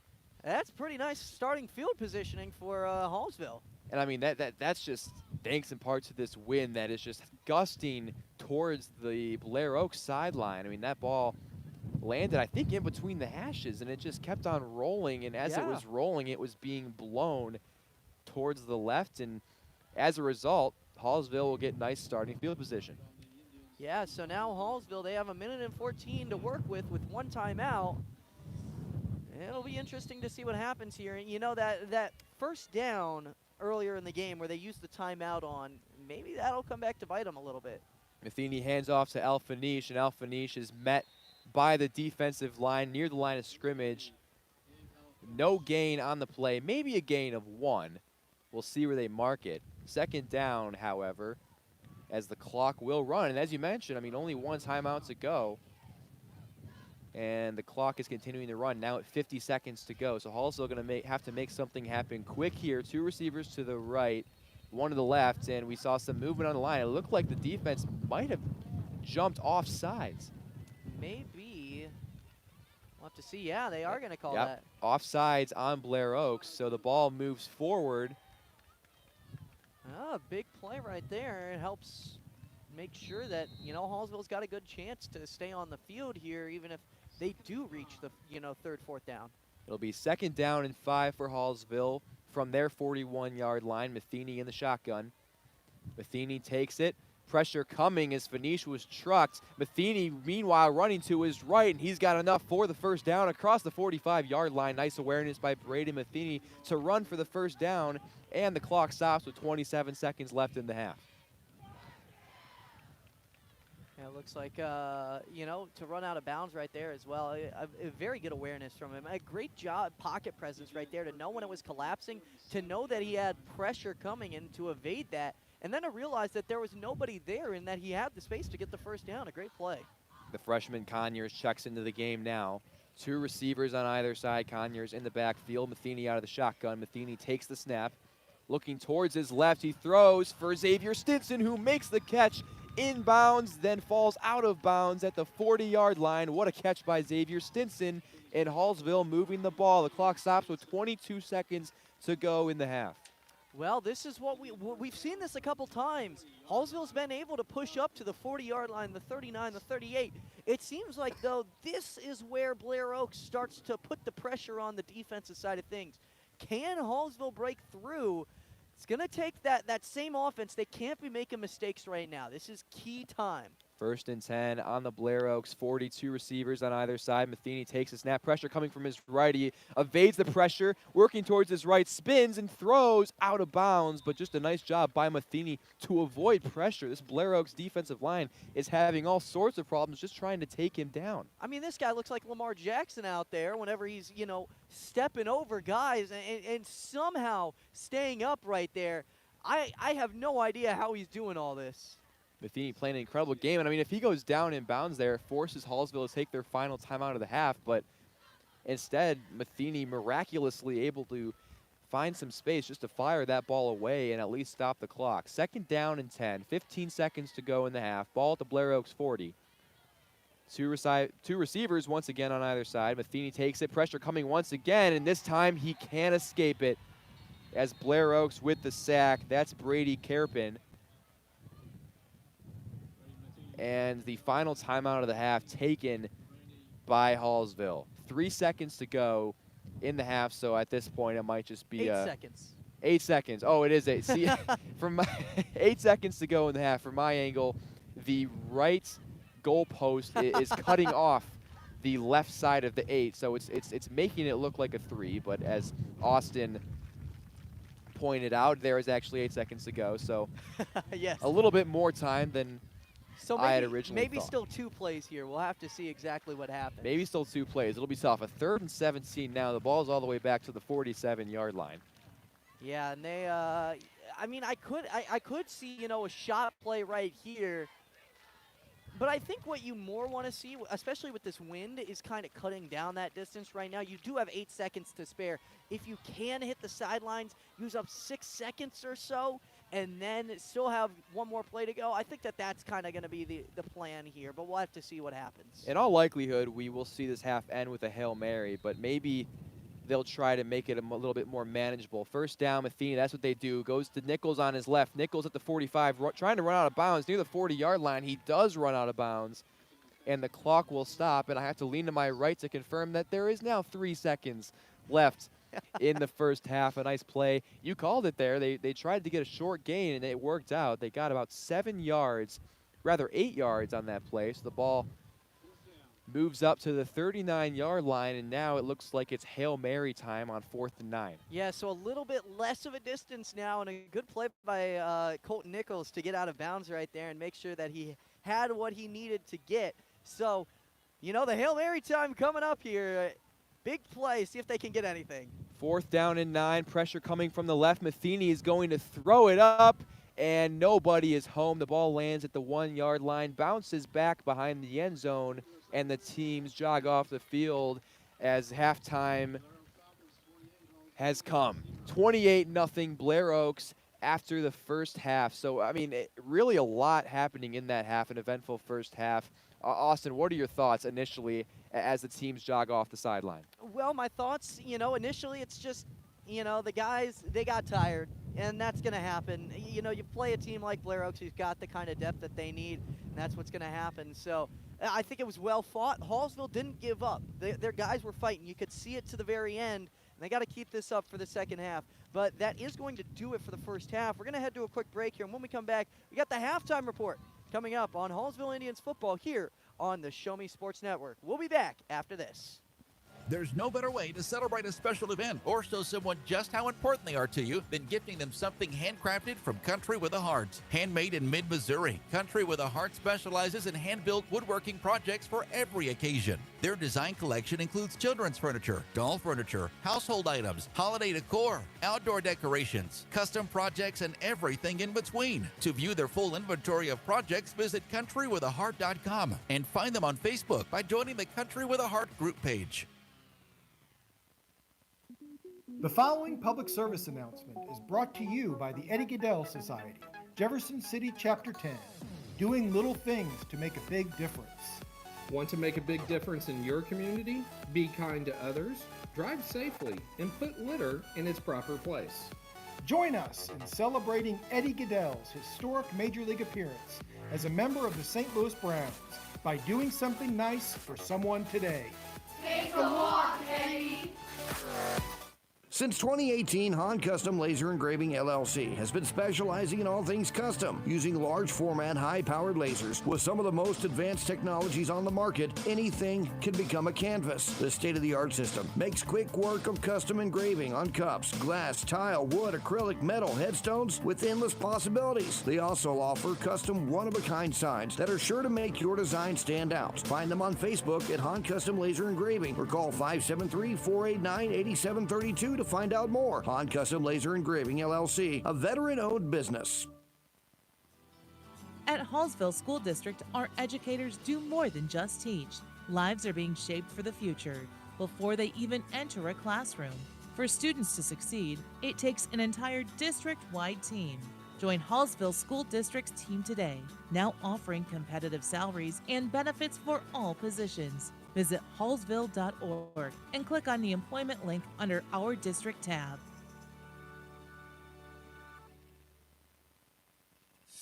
Attention Indians fans, here's your chance to help the student athletes of Hallsville by becoming a member of the Hallsville Athletic Boosters. Your gifts help provide all Hallsville athletes with a safe and positive experience while attending our school district, and also help purchase items that our sports team couldn't otherwise afford. You can join the Hallsville Athletic Boosters this season for as little as $25. Membership is open to everyone. Interested in joining? Look them up on Facebook by searching Hallsville Athletic Boosters or email them at hallsvilleathleticboosters@gmail.com. Let's go Indians!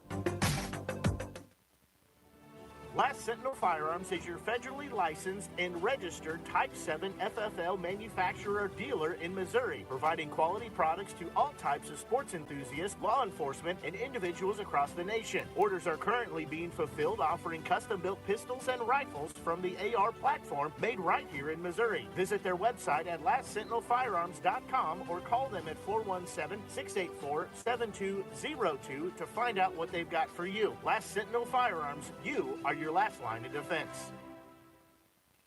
Hi, I'm retired Army Sergeant Trent Dirks, and I want to tell you about an organization that saved and changed my life forever. Retrieving Freedom provides highly trained service dogs to veterans with disabilities and children with autism, absolutely free of charge, thanks to the generous donations and support from people just like you. Experts from Retrieving Freedom help throughout the entire process, from fostering programs through service dog placement. Retrieving Freedom gave me the skilled service dog Tracer, who has been my best friend and my lifeline. To find out more about how you can get involved, volunteer, foster, or to donate, visit their website, retrievingfreedom.org. Retrieving Freedom, changing lives through the training and placement of service dogs for veterans with disabilities and children with autism. Creating custom, handcrafted woodworking projects has never been easier. Become a member of Sawdust Studios and enjoy 24/7 access to a woodworker's paradise. Outfit with industry-leading professional-grade tools, Sawdust Studios offers endless woodworking possibilities. Don't have woodworking experience? No problem, as Sawdust Studios offers affordable classes from a community of woodworkers, experienced designers, and master craftsmen. Youth classes are also offered for those junior woodworkers. For more information, search Sawdust Studios on Facebook or find them online at sawdust247.com. Sawdust Studios, your community woodshop.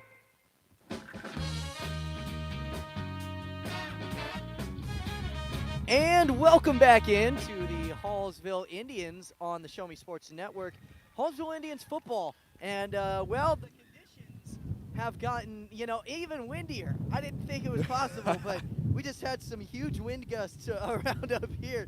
And, yeah, it is a windy night, and Hallsville find themselves down 28-0 to the Blair Oaks Falcons in a very, honestly a well-fought game. And the scoreboard might not show it, but they haven't looked too bad on the offensive side of the ball despite scoring 0.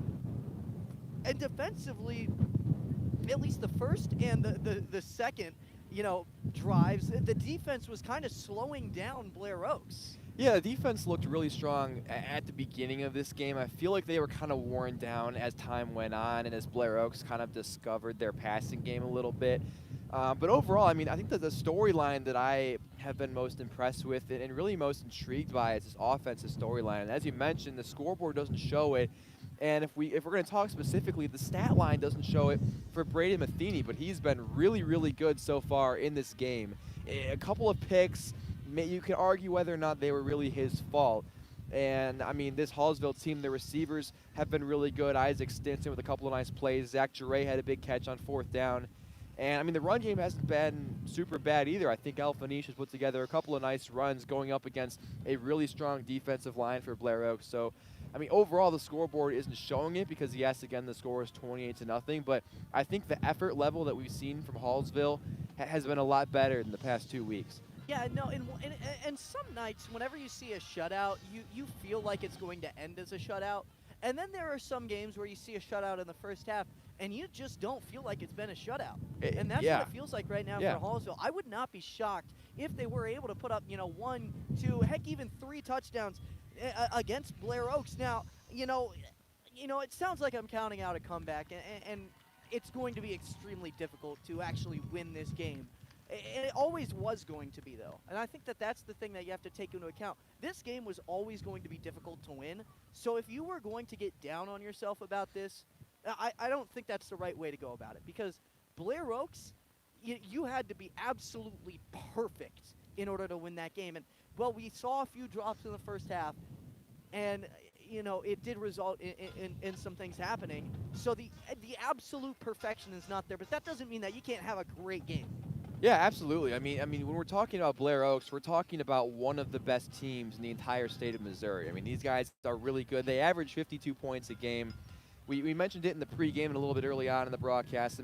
They have scored 55 points or more in their last 5 games, and they shut out Eldon last week 55-0. So, this team can flat out play in every aspect of the game, and I think so far Hallsville has done the best that they can to really match their effort in all areas. So you never want to feel satisfied or feel good about being down 28-0, but I think if you're Coach Conyers, you definitely have some positive takeaways from that first half, regardless of the score. If you were to say that you were down 28-0, heading into the game, I think that what you saw on the field today was the absolute best that you would get in a game that was 28-0. Which is surprising to say. That's something you don't see often. Usually a team's down 28-0, and we're talking about a really bad first half performance in that case. But considering the circumstances, and we'll just keep on reiterating how good this Blair Oaks team is, and how much Hallsville has really struggled these last couple of weeks after starting 4-1. I just think that they have really rebounded nicely. And is it going to result in the win tonight? Hey, you never know.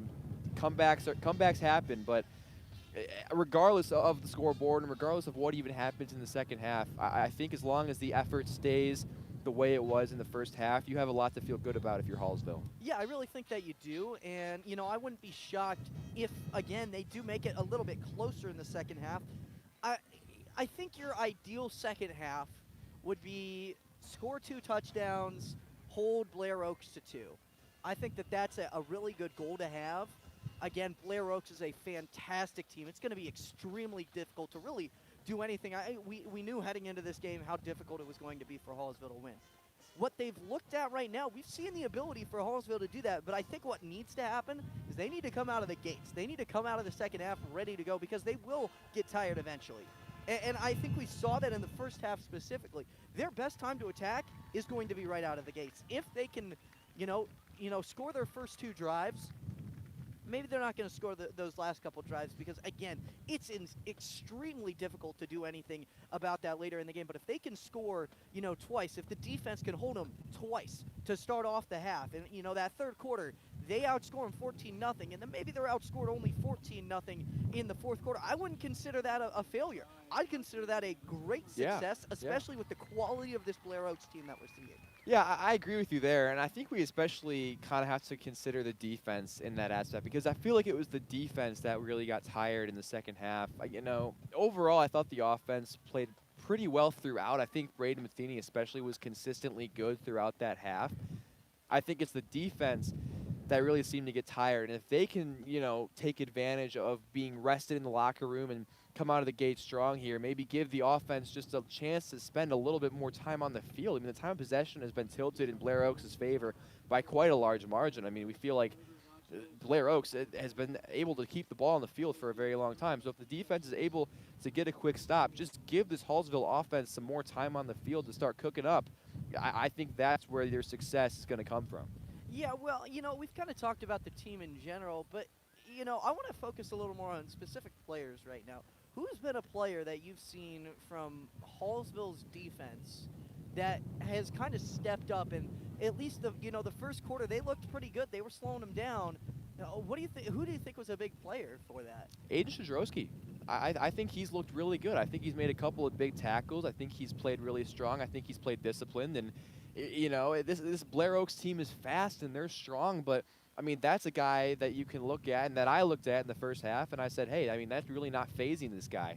He's playing a really solid game, and it's tough because, again, they're moving the ball really well, and this defense seems to be kind of worn down. But Shadrowski, I mean, I think he's played a really strong game so far.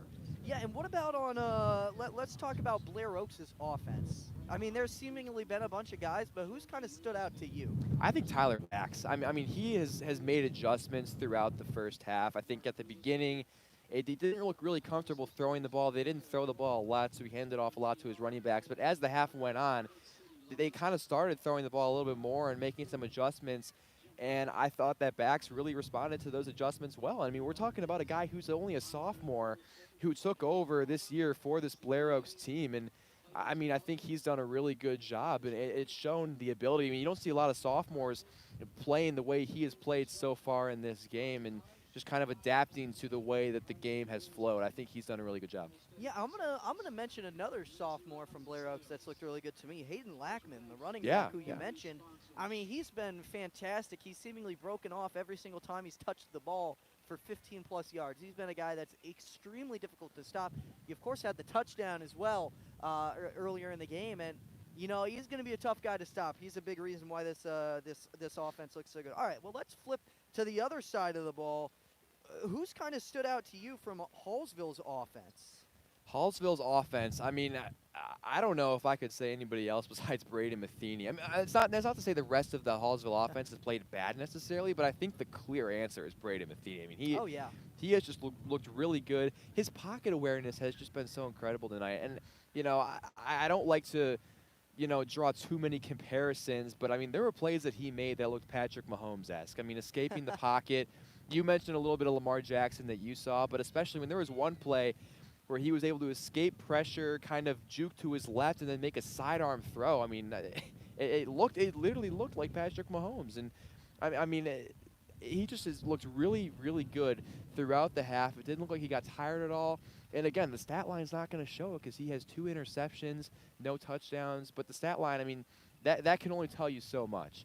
And it doesn't tell you the way that Matheny has played this game, his awareness. I mean, this is a really good defensive line. We mentioned it earlier that this is one of the best D lines in the whole state. And it's a tough task for a young offensive line. And, the offensive line has done the best that they can, but at some point, that pocket is just going to collapse. And when it has collapsed, Matheny has just done an incredible job of escaping pressure and getting off throws. And I've just been incredibly impressed so far.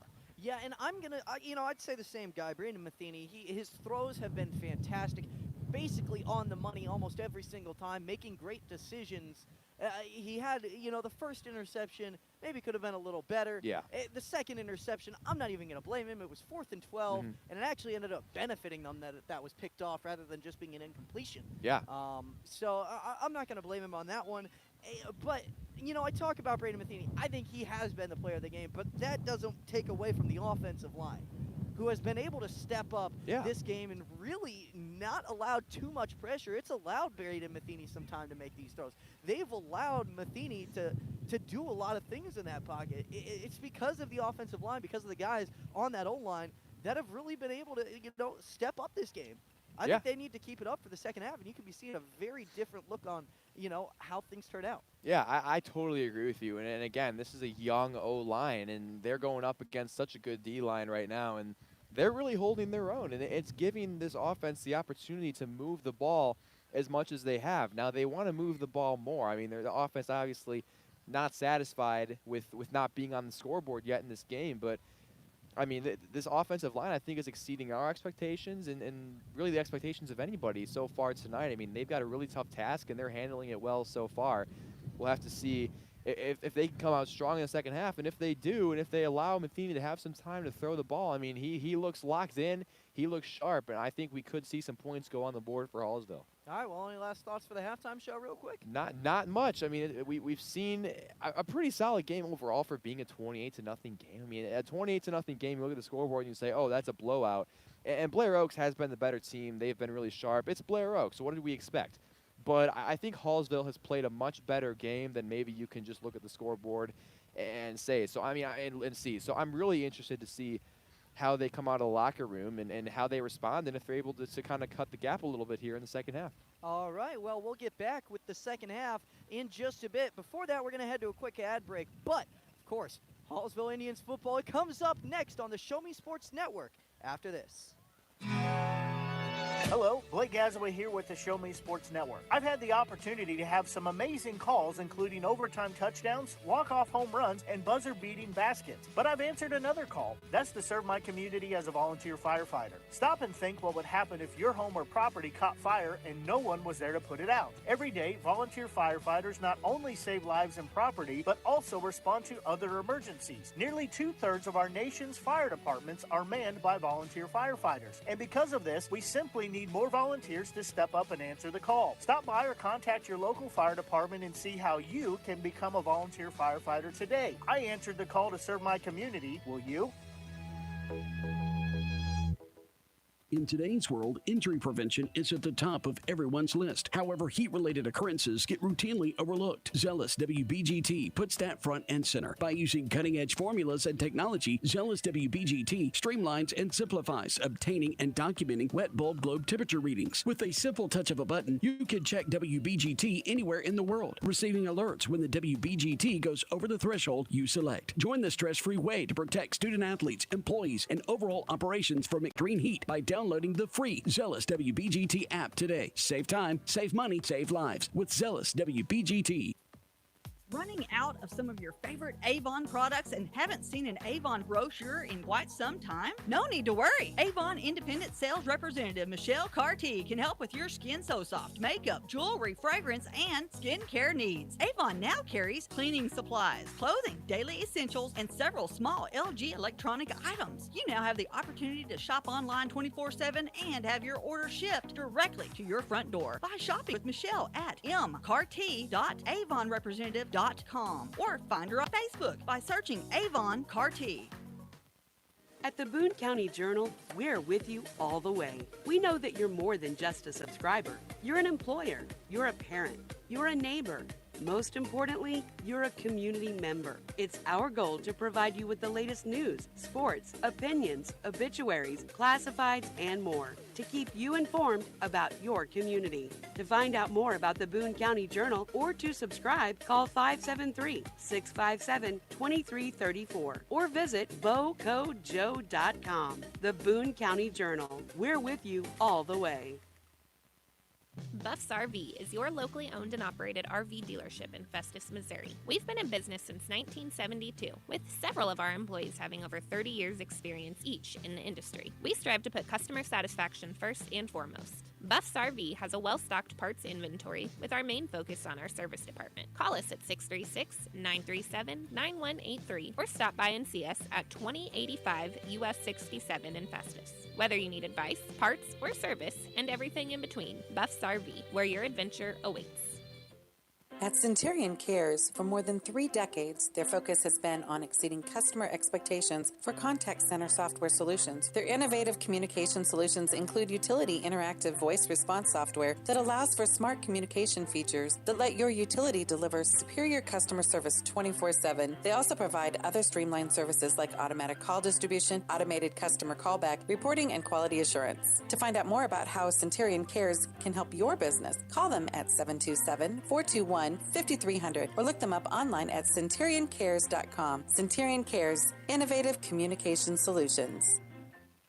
There's no better way to celebrate a special event or show someone just how important they are to you than gifting them something handcrafted from Country with a Heart. Handmade in mid-Missouri, Country with a Heart specializes in hand-built woodworking projects for every occasion. Their design collection includes children's furniture, doll furniture, household items, holiday decor, outdoor decorations, custom projects, and everything in between. To view their full inventory of projects, visit countrywithaheart.com and find them on Facebook by joining the Country with a Heart group page. The following public service announcement is brought to you by the Eddie Gaedel Society, Jefferson City Chapter 10, doing little things to make a big difference. Want to make a big difference in your community? Be kind to others, drive safely, and put litter in its proper place. Join us in celebrating Eddie Gaedel's historic Major League appearance as a member of the St. Louis Browns by doing something nice for someone today. Take a walk, Eddie. Since 2018, Han Custom Laser Engraving LLC has been specializing in all things custom, using large format, high-powered lasers with some of the most advanced technologies on the market. Anything can become a canvas. The state-of-the-art system makes quick work of custom engraving on cups, glass, tile, wood, acrylic, metal, headstones with endless possibilities. They also offer custom one-of-a-kind signs that are sure to make your design stand out. Find them on Facebook at Han Custom Laser Engraving or call 573-489-8732 to find out more. Han Custom Laser Engraving LLC, a veteran-owned business.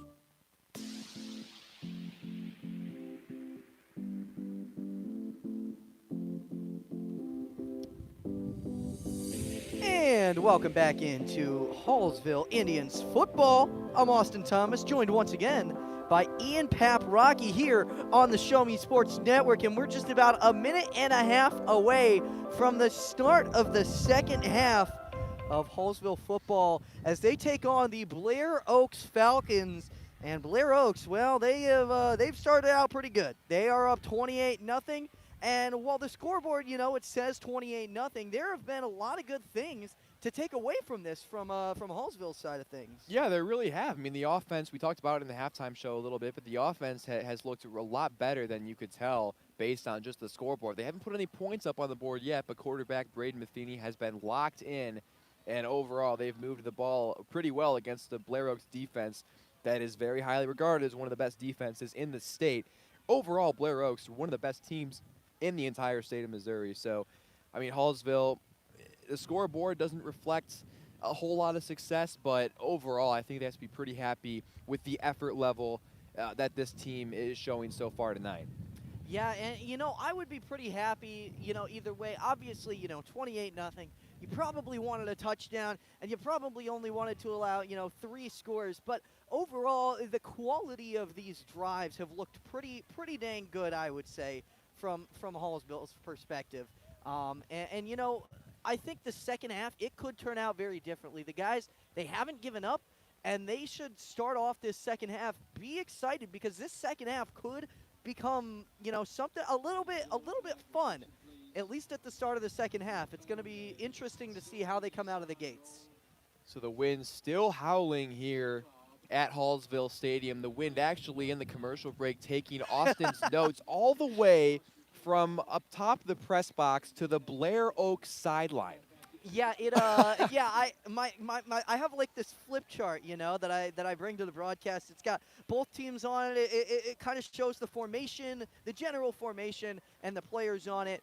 And it flew away. It flew away in the wind, and it went all the way over to the coaches from Blair Oaks. I mean, I kid you not. That is a ridiculous amount. I mean, that just goes to show how windy it is for those of you not here in the stadium. That paper traveled a long way as the ball is kicked off and taken by Blair Oaks around the 25, up near the 35, battling for yards up to the 37-yard line, and that's where the Falcons will start for their first possession. But, yeah, I mean, that paper made it all the way from where we are sitting atop the press box and didn't land until it was on the other sideline. And the Blair Oaks, a couple of staff members picked it up, might have thought they had maybe the play sheet of of Hallsville. Maybe it struck gold, but no, it was just Austin Thomas's flip chart. Yeah, it was, it had a couple statistics on it, so that's kind of cool. Well, but that's just stuff that you can find online. Maybe they'll use that. First down and 10, fakes the handoff, his backs, takes it himself, and is tackled near the 43-yard line.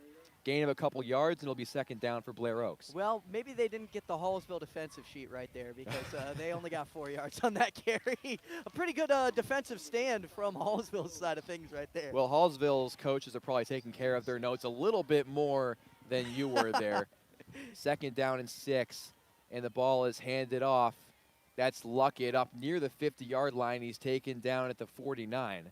Well, I got to say, I actually don't see any, papers in the hands of the Hallsville coaches out there right now. So either they've already been blown away or they thought better than I did, and they had everything either on a digital screen or in their head. Yes, indeed. First down on the 49-yard line. I was looking for the chains. That just was a first down for Blair Oaks. They barely got it, so ball on the 49-yard line, handed off to Luckett. Luckett barreling ahead into a pile of defenders, and he takes it all the way up near the 42-yard line of Hallsville.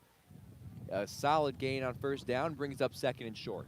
Yeah, it'll be interesting to see if Hallsville can, step back up on the defensive side of things. We've seen some good things from Hallsville defensively, in the past 2 weeks even though, the last week maybe not as much, but 2 weeks ago the defense did look pretty strong against Osage. And now the defense going to try and make, at least one stop. They want to be able to stop Blair Oaks from just running down the field again. And coming out of the second half, this might be their best shot to do so when they, have the highest stamina that they're going to have. A Hallsville player was down injured on the field. That was Abe Rhodes, the junior defensive end. He was tended to and was able to get up and jog off under his own power, so that's good to see. Second down and 1, meanwhile, on the 42-yard line of Hallsville. Yeah, it'll be interesting to see what Hallsville can bring now. And, well, Abe Rhodes off to the side, at least for now. He's a big part of that defensive line. Backs takes it, fakes the handoff, takes it for himself now, running towards the outside across the 30-yard line, working his way up to the 25 before he's taken down by the Hallsville defenders. Shadrowski in on the tackle. First down for Blair Oaks. His back's on the quarterback keeper once again. Yeah, and that one was actually just pretty good movement right there. An interesting play back at quarterback by backs. The fake handoff, he kind of turned the opposite way, made the defense think he was going one way, and then he ended up going the other. First down and 10 on the Hallsville 25. Backs takes it, pressure's coming, it's a screen play, he dumps it off, and the receiver takes it now. That's Luckett up the sideline, up the 5, crosses the pylon, and a touchdown for Blair Oaks. Receiving touchdown for the senior Elijah Luckett, and the Falcons extend their lead. And just an unfortunate change right there, and again, Blair Oaks just continuing to show why their offense is so good. Offense really has been having trouble being stopped. And you can see why, why they're rated so high and why they are, one of the best teams in Class 3. Point after try now for the Falcons.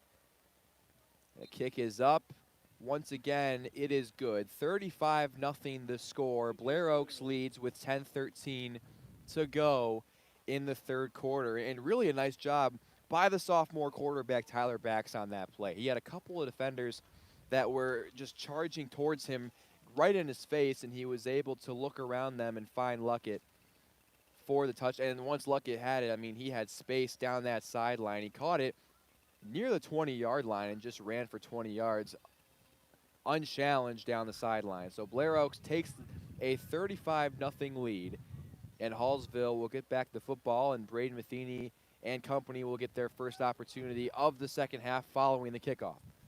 Yeah, and the defense, they needed to really show off at the start of the second half if they wanted to do anything. They didn't really, right there it was kind of just, seeing how things go. So they're going to have to step back up at some point in the future. Now the offense going to have to get things started.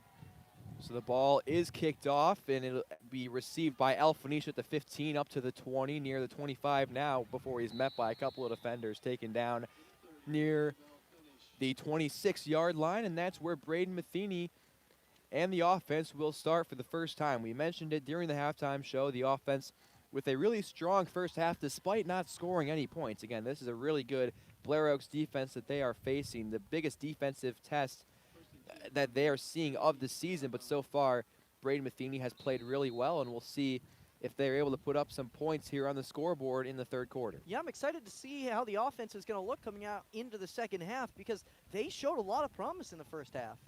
First down and 10 for Hallsville. Two receivers on either side. Matheny takes it, throws to Jure, and he's eaten up by the defense. He's tackled right away, and a loss of yards on first down brings up second down and long. Yeah, and, the screen pass right there, it was an attempt at something that's worked in the past. Obviously didn't quite work right there. But, Hallsville, they need to get something going here. They need to start throwing maybe a little more downfield. Second down and 14 for Hallsville on their own 24-yard line. Clock running under 9 minutes to go in the third quarter. Two receivers to the left, one to the right. Matheny out of the shotgun. He hands it off to Alphanish. Alphanish cutting towards his left. He's got three Falcons. He beats a couple of tackles before he's taken down right around the 26-yard line. A gain of a couple of yards, but it'll still be third down and long. Pretty good run right there from Alphanish in order to, get his way up there. Obviously, he only ends up with 2 yards, but again, he had to go through, Blair Oaks is getting on to their guys quickly. So, again, I would be kind of honestly a little bit surprised if they don't go for a throw here, and try and make it to 4th and short. Third down and 12 on the 26-yard line. Three receivers on the right. Matheny takes it. Matheny looking downfield, pressure coming. He tries to escape it, but he cannot. He is sacked back behind the line of scrimmage, and it's Bryson Varner again, the 2022 first team All-State defensive lineman, taking down Braden Matheny, and it'll be fourth down and very long for this Hallsville offense. Second sack of the game right there for Varner, who's, making his presence felt. A 4th and long, and not a great offensive possession from Hallsville. Another left-footed punt for Matheny, and this one gets a nice Hallsville bounce across the 40-yard line before it's finally touched by Colton Nichols. And Blair Oaks will start again from their own 38-yard line. Yeah, and, I was, coming out of the second half, and based on the look of the first half, you were kind of hoping Hallsville was going to look a little bit better out the gates here in the second half, but it seems like the opposite's happened. It seems like Blair Oaks, they're really stepping up their game right now, and Hallsville's falling a little bit flat. And I get that, Blair Oaks was probably going to, look better. But right now, it doesn't seem like Hallsville is looking like themselves anymore, and they're kind of falling back to, what they've looked like in previous weeks. Absolutely. First down and 10. The ball it's a fake handoff. Bax takes it himself again, and he barrels across and breaks the tackle near the 50, all the way up to the 25-yard line before he's finally tackled out of bounds by Aiden Shadrowski. Big gain on first down. Another big first down play for this Blair Oaks offense, and they are threatening yet again. Yeah, and with the game, it's a 35-point game now, so the clock is just going to run. In the third quarter of this game, Hallsville, they want to put something together, but right now, just nothing seemingly working. Nothing working at all. And this third quarter has been pretty much a disaster in all aspects for Hallsville. First down and 10 on the Hallsville 26. 2 receivers on the right, 1 to the left. Ball handed off to Lackett, and he fumbles the football. It's picked back up. That was Hayden Lackman with the ball, and Tyler Bax was tackled awkwardly as he tried to go for that football as well. Yeah, and a tough play right there, and that potentially dangerous right there. You don't want to see an injury. It seems like almost could have been, as Lackman and Bax kind of collided back there. After all of that, the ball ends up right where it started at the 26-yard line. Second down and 10. Bax takes the handoff. He fakes it, and he barrels forward near the 20-yard line before he's taken down. A decent gain on second down. Third down and about 5 now for this Blair Oaks offense. Well, there are 2 plays that'll get you to 3rd and 5. Hallsville need to step up right now on defense. They need to show that they can do something. I get that Blair Oaks is good and all, but they have fallen flat out the start of the second half. They need to get something right here. It'll be 3rd down and 4 from the 20-yard line. 2 receivers on either side. Luckett is in the backfield. Backs out of the shotgun. Snap back to Bax. He looks towards his right. He's throwing, and Klosser makes the catch. Avoids a tackle up across the 5 into the end zone. Touchdown, Blair Oaks. Yeah, and there's Blair Oaks again. They just continue to look strong. They are looking like the better team right now, and they show why. And making it 41-0, and man, this is just it's getting tough to watch right now. Starting to get out of hand a little bit. Tyler Bax with the 20-yard touchdown pass to Nick Klosser. That's Klosser's 2nd touchdown of the game. Point after try now for the Falcons, looking to make it 42, and a flag on the point after try. And it'll be offsides. I believe that might have been Jure who was offsides, doing that little run, that head start that he's getting. We talked about it in the first half. The penalty is declined, it appears. Well, I don't think they were given the option to, because it seems to me like they were trying to blow it dead before the kick was up, which is odd. Well, whatever happened, they're going to do the kick once again. And once again, the kick is through the uprights. The first kick was good, and I saw the ref make the motion as if he was saying the penalty was declined. So I had figured that maybe they just were going to say the kick was good. But they made him kick it again, so just some good practice for the kicking team of Blair Oaks, and they've been perfect so far tonight. Really, overall, Blair Oaks has looked strong, and in this third quarter, I mean, they have really taken over this game. It's 42-0 Blair Oaks. This is more of kind of what we expected with this Blair Oaks team just being one of the best in the entire state, and they are just taking over late in this game. Well, I'm going to be honest. I've honestly been expecting some points from Hallsville. Entering this game, I didn't think it was going to be a shutout, despite the way that, Hallsville's offense hasn't really been able to step up the past few weeks. But what we saw the first 5 weeks, that's 5 weeks of really good offense. It can't have just been a fluke. And right now, it's just having trouble putting it together right now. You saw Braden Matheny. He looked really good in the first half. Yeah. First half, it's just was, some drops here and there. Line drive kick is picked up by Smith. Smith moving across the 25-yard line, spinning around and breaking a couple of tackles before he's brought down around the 26. And that's where the Hallsville offense will start again. So, well, I'll say Dalvin Smith hasn't looked bad as a returner all game long. He's been great, getting some extra yards in there and putting them a little bit ahead of the 25. He's only been stopped, at the 25 or before the 25 one time. Yeah. And at this point, he's had to return quite a few, so not a bad game from him as a kick returner.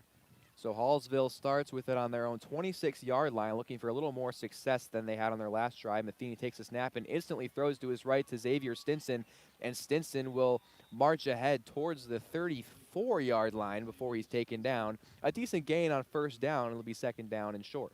Well, it seems like maybe the wind has actually died down just a tad bit right now. It's been blowing really hard the first half and kind of into the start of the second half. But, for once, my papers aren't trying to go everywhere. Yeah, we might actually be able to take our hands off of our papers. I'm not going to jinx it, though, because this win may start at any time, so I will keep my hands on the paper. Meanwhile, the ball is handed off up the middle, and they can't get anything there. That was the freshman Conyers, I believe. Yes, it was, who had the ball, and he was met by a plethora of Blair Oaks defenders. Not much there on second down. It'll be third down. Yeah, well, with the, while there's little wind here, it might be a good idea to throw the ball. You see it on 3rd and 5, and if there's any time to throw the ball, it's right now. Yes, indeed. And as we say that, the wind starts to pick up a little bit more, so they may already be too late. 3rd down and 5 on the 31-yard line. Matheny will throw the ball. He finds Xavier Stinson. Stinson catches it, but he's met by the defender for Blair Oaks, and just nothing working on offense right now for this team. It'll bring up 4th down and about 3, 2:30 left in the third quarter, 42-0 Blair Oaks. I will say the offense looks better this drive than it had on the first couple drives of the half. The first two drives, offense fell super flat. Just the yards right after here, catch. Right here, though, it's looked pretty good. 2 completions, and the second down, maybe not great. But, the first play, the third play, not bad. I'm excited to see what happens on 4th and 2. They'll go for it on 4th and 2. 2 receivers on either side. Quick throw to Colton Nichols, and he makes the catch. He's tackled right away, but it looks like he has enough for the first down, and he does. The ball came loose at the end, but Nichols was ruled down. So a nice play by Braden Matheny finding Nichols, and it's a Hallsville first down. There goes Hallsville, and this is what we kind of saw early in the first half. I want to see more of this, trying to get the first downs and just kind of keeping on pushing it and working with this offense. First down and 10 on the 38-yard line. Matheny takes snap, another quick throw. He puts it right over the middle, and it's caught by Xavier Stinson, so a gain of a couple of yards. A little extra mustard on that throw from Braden Matheny. It'll be second down. Really good catch by Xavier Stinson right there because, as you mentioned, it had to be bulleted in there. He faced really heavy pressure. They brought the blitz. But a good throw from Matheny to hit him on the money, and Xavier Stinson to kind of go through contact to make that catch while also having such a high-powered pass into him. Great job by him. Xavier Stinson's been the go-to guy so far on this drive for the most part. 3 receivers stacked on the right side, only 1 on the left now. They'll put Nichols in motion. Matheny takes it. He goes towards Nichols on the screen. A couple of blockers. Nichols towards his right across the 45. He dives for the first down at the 50-yard line, and he gets the first down. A nice play by Colton Nichols to put in the extra effort and get the first down, and Hallsville's moving the chains once again. And for one time, it seems like they didn't have, defenders, matched up. It seemed like there were 2 blockers on the right side plus Colton Nichols. It was because of that pre-snap motion. Maybe they thought he was going to go left side. He goes back out to where he had originally started off. No extra defender there except the safety was pushed way deep, allowed him to get the yardage. Snap back to Matheny on first down. Pass to Nichols again, and he is met right after he catches the ball at the 47-yard line. He barrels ahead and reaches for an extra yard. And it'll be second down and about 6, and the clock is winding down. They will not get another playoff, so the third quarter comes to an end, and we will head to the fourth quarter. So a really solid third quarter, the best quarter of the game for Blair Oaks as they extend their lead. It's 42-0 as we head to the fourth quarter. Hallsville driving, though. They're going to try to look to get on the scoreboard here, and so far this drive has looked good. Well, I mean, you say best quarter so far. I would argue that the second quarter was a little bit better. They put up 21 points in the second quarter. The third quarter, though, they looked pretty good all around up until the end. At the end right there, it did seem like Hallsville started to put things together, especially on the offensive side of the ball. We saw this early in the first quarter, and basically actually throughout the entire first quarter, the offense was able to put together first downs, and they pushed down the field. There were only 3 drives in that first quarter, if you remember. The first drive where Hallsville put together a couple first downs, ended up, turning over the ball, and then Blair Oaks, they drove down on about a 5-minute drive or so, took off a bunch of time off the clock. Hallsville was able to take the rest of the clock out in the first quarter thanks to a bunch of first downs after first downs until they did end up turning the ball over, but that wasn't until the second quarter. Yeah, I mean, I think that overall Hallsville is moving the ball the best they have so far since the first quarter. So we'll have to see if it amounts to anything here. So now the offense getting set back out here for Hallsville. 2 receivers on the right side, 2 on the left as well. Abel Finish in the backfield. Here's the snap and the throw left side. It's caught by Isaac Stinson, and he's taken down at the 32-yard line. So Isaac Stinson starts things off in the 4th quarter with a nice catch and moves the sticks for a first down for Hallsville. Both Stinson brothers looking really good so far on this drive. Xavier has been the more active one in the second half so far, but Isaac Stinson really overall in the first half was solid, and Matheny finds him once again. And it was actually Kason Conyers, not Abel Finish in the backfield last play. He remains in there. It's still Kason Conyers. 3 receivers right side, 1 receiver left side. Here's the snap, a little high. It's got, though, and running out right side. He's got 3 defenders on him and trying to avoid the sack. Nowhere he's going. And Matheny's taken down about 13 yards behind the line of scrimmage. As where will they mark him down at? He was pushed super far back. As it looks like the ball will be placed all the way back at the 46-yard line on Blair Oaks side of things. So they started with the ball at the 32-yard line on Blair Oaks side. They're pushed now all the way back to the 46. So a 14-yard loss on the sack.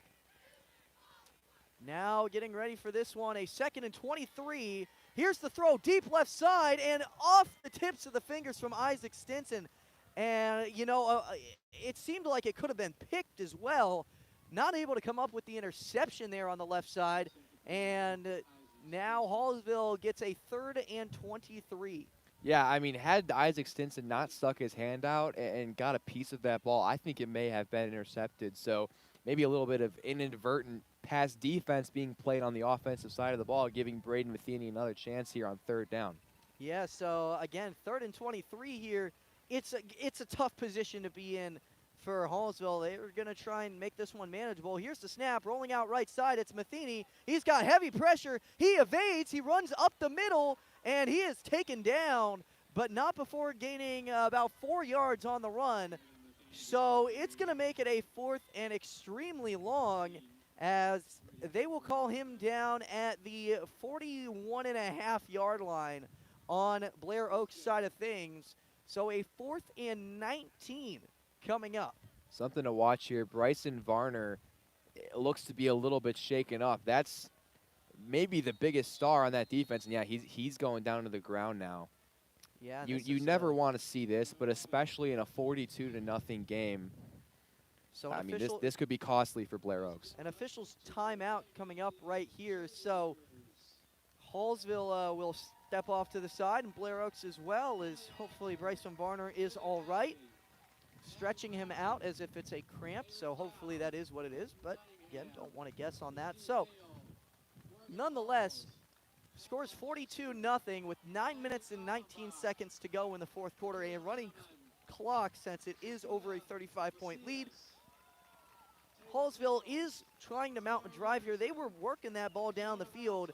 All of a sudden, a really big sack, trying to evade pressure from Matheny, pushed them back to that 2nd and 23, and just really kind of pushed them too far back. And right now, going to need a big play in order to keep the hopes of, scoring some points alive. Blair Oaks looking for their 3rd shutout of the year. I mentioned they shut out Eldon last week 55-0. They had another shutout earlier in the year, so this would be their 3rd of the year. And for Hallsville, their main goal here to get on the scoreboard for the first time tonight.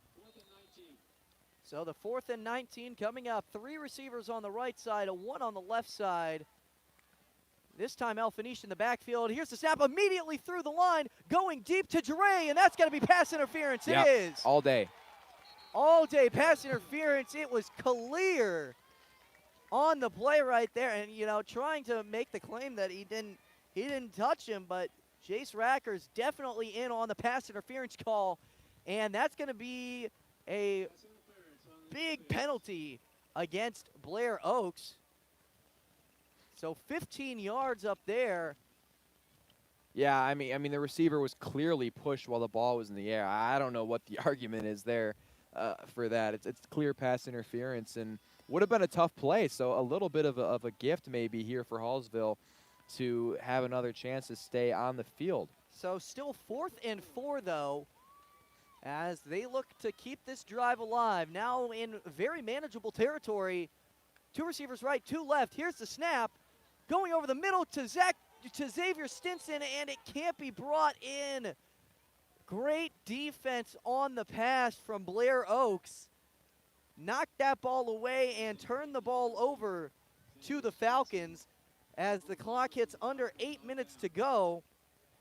And with a running clock, that might be the last offensive drive of the game from Hallsville. Now, it's possible that they step back out there, but if Blair Oaks is able to kind of drive down, it might be the last. I mean, Blair Oaks has been moving the ball quickly and scoring quickly, so we'll see if it really is the last. But oh, yeah. I mean, on that last drive, though, it just not a good one for the offensive line of Hallsville. No, not at all. Here's the snap. Handoff, left side. Going up with this one and taken down quickly. It's Blair Oaks, and that was Dylan Kleigel, the junior running back, in on here. Yeah, Blair Oaks getting a couple of their backups into the game now. It'll be the backup quarterback, Wyatt Meldrum, also making an appearance. He's a senior. Yes, Meldrum in at quarterback. So he's getting ready here. You know, I mean, it's kind of tough being a backup quarterback, getting replaced by a sophomore. So he's going to make the most of his time out here. Meldrum with the snap, gets the handoff, and he's run up the middle. Now trying to make some moves. A flag is thrown on the play, but Meldrum makes it all the way up to the 45-yard line. Maybe a holding call. We'll have to see what the flag was thrown on. It will be holding on the offense. Yes, it is. So knock that back 10 yards from the point of the penalty, which I believe was just shy of the first down. So it will remain second down, but I believe will be about 2nd and 11. So only about a 4-yard penalty. We'll have to see exactly where they spotted at, though. So they're going to not even that. It looks like the ball will go back to the 26-yard line on Blair Oaks for a 4-yard penalty, or sorry, a 3-yard penalty on that play. So now 2nd and 10. Here's the snap, the handoff up the middle, going left side. He's broken through, going left side, trying to break one more. Isaac Stinson trying to get him out of bounds, and can't quite do that. That's Dylan Kleigel, again, the junior running back, who pushes it all the way up the left side, and he's taken down at the 35, call it the 36, on Hallsville's side of things. Yeah, and a nice effort to get a couple of more, excuse me, a couple of more yards on the end of that play. Yeah, so 5 minutes to go now. And Blair Oaks gonna try and put up some more points yet in this game. Already up 42-0. Here's the snap, the handoff, and breaking a tackle, running left side, and taken down at the 30-yard line. Again, it's Kleigel. And he is able to get that one up to the 30-yard line, so it brings up now a 2nd and 4 for Blair Oaks before a timeout is called here. Looks like an official's timeout, as maybe there was an injury. Yeah, I couldn't tell what had happened down there. Something. Looks like maybe Xavier Stinson needed a breath to take. He's back up, though. He's all good. Not entirely sure, but did see a couple of players kind of surrounding him. He seemed to kind of be, you know, panting a little bit, you know, when you put your hands on your knees. Yeah. Seemed to be doing a little bit of that, but he does see, he seems all fine right now, and maybe that's all that it was, just making sure that it was. 4.5 minutes to go. The clock does resume. Here's the snap, the handoff, yet again to Kleigel, or never mind, no handoff. It's run up the middle. Meldrum, can he break free? Not quite. He goes down at the 5-yard line. Looks like they'll actually call him a tad bit before that, so at the 7-yard line. And Blair Oaks will get a chance in the red zone. Kind of a goal line situation now. Yeah, nice job by the Hallsville defense. I believe that was Zach Duray making the tackle to avoid the touchdown. But Blair Oaks moving the ball really well here on this drive. Their backups making the most of their opportunities.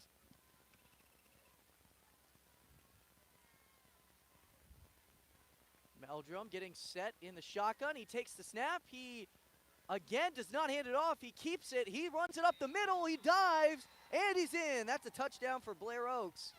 Makes it 48-0. And, yeah, Blair Oaks, they are kind of putting on a show right now. Even the backups are coming in.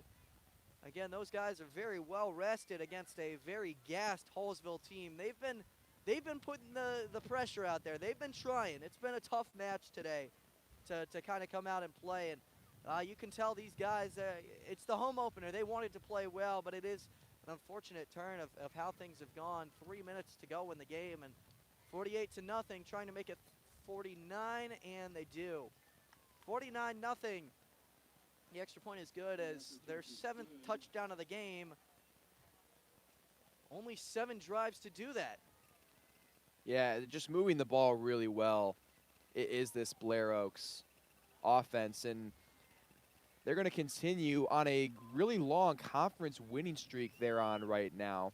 They came into this game on a 13-game conference win streak, and their last loss on that conference, their last conference loss, was on October 8th, 2021 here in Hallsville.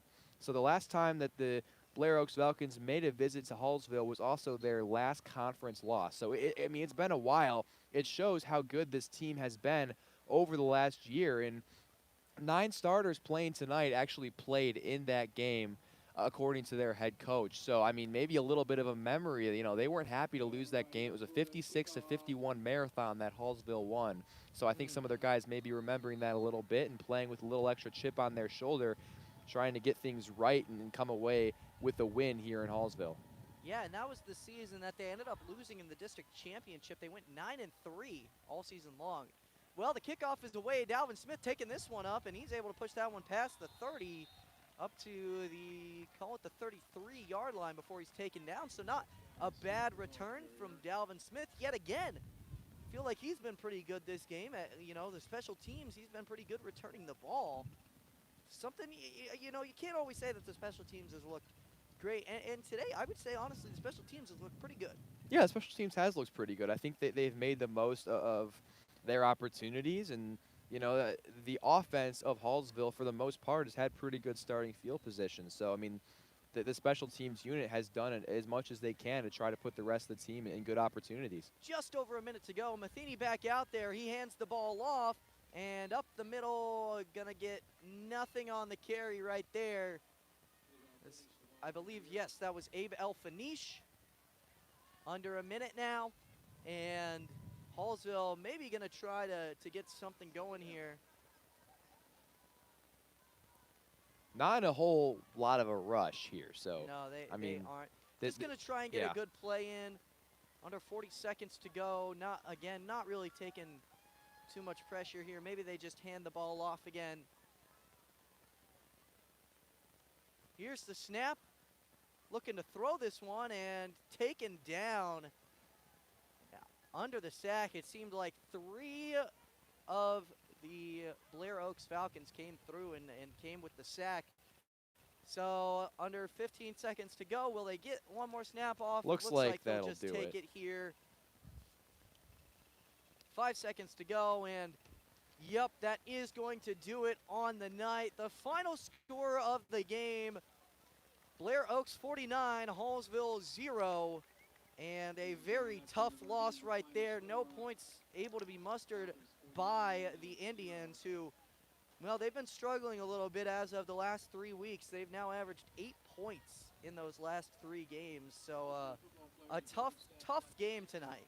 Yeah, a really tough game, and it's unfortunate to see the offense not be able to get anything going after a really encouraging first half. We talked about the offense and how good they played and how we felt like maybe they'd be able to break through. You said you felt like you could see a couple of touchdowns being scored, and I agreed with you. I thought that things were looking really good on the offensive side.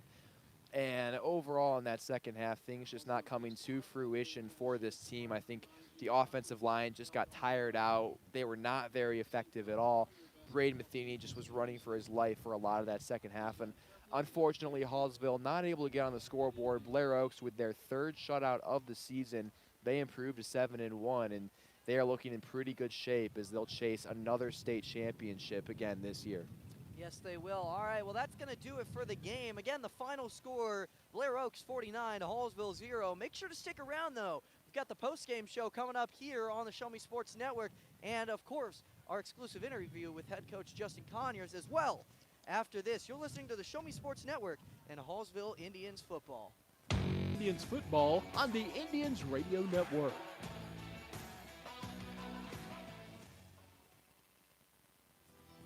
At Hallsville School District, our educators do more than just teach. Lives are being shaped for the future before they even enter a classroom. For students to succeed, it takes an entire district-wide team. Join Hallsville School District's team today, now offering competitive salaries and benefits for all positions. Visit hallsville.org and click on the employment link under Our District tab.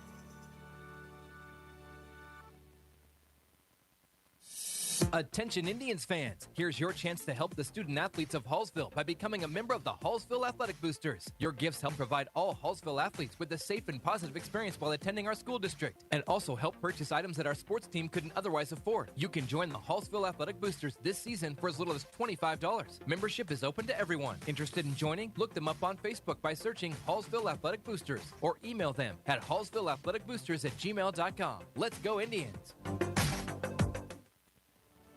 Last Sentinel Firearms is your federally licensed and registered Type 7 FFL manufacturer dealer in Missouri, providing quality products to all types of sports enthusiasts, law enforcement, and individuals across the nation. Orders are currently being fulfilled, offering custom-built pistols and rifles from the AR platform made right here in Missouri. Visit their website at lastsentinelfirearms.com or call them at 417-684-7202 to find out what they've got for you. Last Sentinel Firearms, you are your last line of defense.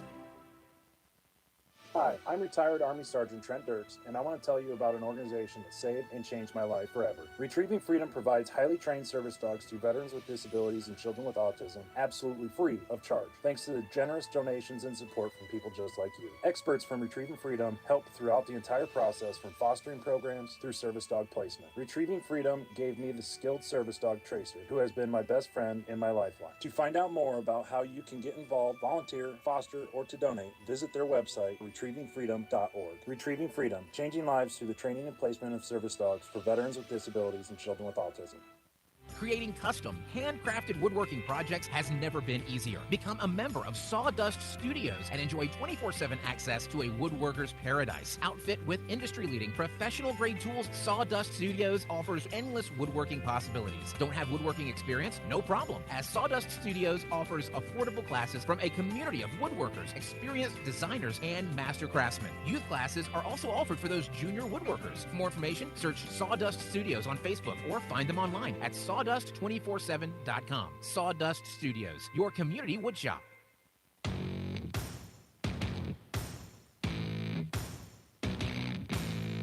This is the Hallsville Indians postgame show on the exclusive home for Indians football, the Show Me Sports Network. The Show Me Sports Network broadcast crew will discuss their thoughts on tonight's game, as well as look ahead to the next action for the Indians. Exclusive postgame coverage of Hallsville Indians football is brought to you by Avon with Michelle Carty, Boone County Journal, Centurion Cares, Eddie Goodell Society, Han Custom Laser Engraving, LLC, Hallsville Athletic Boosters, Last Sentinel Firearms, Retrieving Freedom, Sawdust Studios, and Zealous WBGT. You're listening to exclusive coverage of Hallsville Indians football on the Indians Radio Network. Now let's go live to the field of the Show Me Sports Network broadcast booth. And welcome back into the Hallsville Indians postgame show. I'm Austin Thomas, joined once again by Ian Paparocki here on the Show Me Sports Network. And, final score of the game, Hallsville 0, Blair Oaks 49, and a very windy night.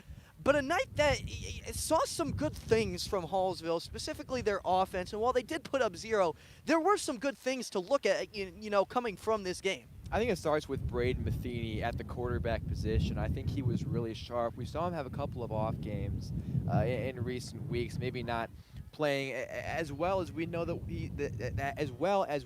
he's capable of. And I think tonight he was really sharp. His pocket awareness was good. He was moving around really well, and he was sensing pressure really well. And I think while it's disappointing to not get any points on the scoreboard, I would think that the coaching staff, and we'll hear from Coach Conyer shortly and get his thoughts, but I mean, I'm encouraged myself by the way that the offense played tonight, and it starts with Matheny. Yeah, and Braden Matheny, he's been a guy that, the past couple weeks it seemed like he's been a bit off. This game, not so much. This game, he kind of showed, back to the early season for him, the first, 5 games, he looked fantastic. And this game, he was really, he was slinging the ball. He was getting the ball into some good places, maybe a couple of bad throws, but that's going to happen throughout a game. I think overall, a very good performance from him. And the offense, they had, they had a bunch of first downs. They had a couple drives where they put together a couple first downs. And while, they weren't able to put points on the board, it was still, again, against an extremely difficult team to do that against, who's going to be, 1, better rested than you, and 2, they probably have a better team on paper just because of how good of a team they are. I mean, Blair Oaks, they have so much talent on that team. Yeah. And it's hard to go up against that for a team like Hallsville. Yeah, I mean, this is an incredible defense. We talked about it all night long, about how good this defense is, and that Hallsville was going to have their hands full, and they did. But, I think overall, Hallsville and their offense, they did the best that they could. And, some nights that's just going to have to be all that you can do, is the best that you can. Yeah. And, I think if we get this offense, I don't want to kind of speculate on what would have happened in the past, because you don't want to do that too much. But, I mean, if this type of offense is the offense that we saw in Osage a couple of weeks ago, I think that's a much closer game, Well, I think you can look at that, yes, but I also feel like, the rest of the guys outside of Braden Matheny, and I hate to be a little bit critical here, but there were a couple plays that they probably should have made that they didn't end up making. And that's been the case, actually, the past, 3 weeks now. There have been a bunch of plays that, this Hallsville team, it seems like they should be making these plays, and they just, can't quite do that just yet. And it's unfortunate to see happen. It seems like, well, against Blair Oaks, you just can't do that. And again, Blair Oaks is a very impressive team, so it's going to be difficult to beat them. But if you did want to beat them, you would have to be perfect. You could not, make any mistakes like that. And it just seems like, Hallsville, they made a few mistakes. And they did that throughout the game. They've done that the last 3 weeks. Yeah, there have been some little mistakes, yes. And I think that kind of the main thing that went wrong in that second half, and the reason that we weren't able to see Hallsville put points on the board, was the offensive line. And I just thought the offensive line was not good in the second half. And it's hard to expect too much out of that unit when it's a young unit. There's still some guys that are trying to step up among that offensive line, and they're going up against a defensive line that's, unstoppable. It's got a bunch of guys who are some of the best and the nastiest in the state. But at the same time, I mean, they held their own in the first half. So to see them kind of take a step backwards then in the second half was disappointing for sure. Yeah, I will kind of agree with you on that one. It seemed like, the team should have been a little bit better than what ended up happening in the second half. And a little bit unfortunate right there. But nonetheless, there were some good things. And I did actually really like that offensive drive. I think it was the third offensive drive of the second half that they were able to put together a couple first downs. They had good plays, and then just the sack that ended up dropping them back 14 yards to bring it to 2nd and 24, or 2nd and 23 actually. And just a tough change of events slowed down all the momentum right there. That what really seemed like could have been a game-changing drive to give you something to look back and say, hey, we put points on the board right there. Obviously, it didn't end up doing so, but it did seem like Hallsville, they put themselves in the position to do that a few times. Yeah, they definitely did, and I really think that when it comes down to it, it was finishing drives. It was finishing drives. Yeah. You see a shutout, and you see, that goose egg, and you think that the defense really dominated the offense. But, it wasn't just straight 3 and out, 3 and out, 3 and out. I mean, they moved the ball. You talked about it on that third drive of the second half where they were able to move the ball and just kind of fizzled out a little bit.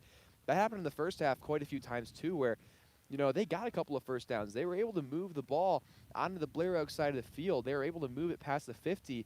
They just struggled to get it then down to the 25, the 20, and really give themselves opportunities in the red zone. I think that's kind of where, things just got bad. I mean, the offense, I think, got tired a little bit on those long drives when they were able to keep the ball. It just kind of fizzled out. And in Blair Oaks' defense, credit to them, they didn't get tired.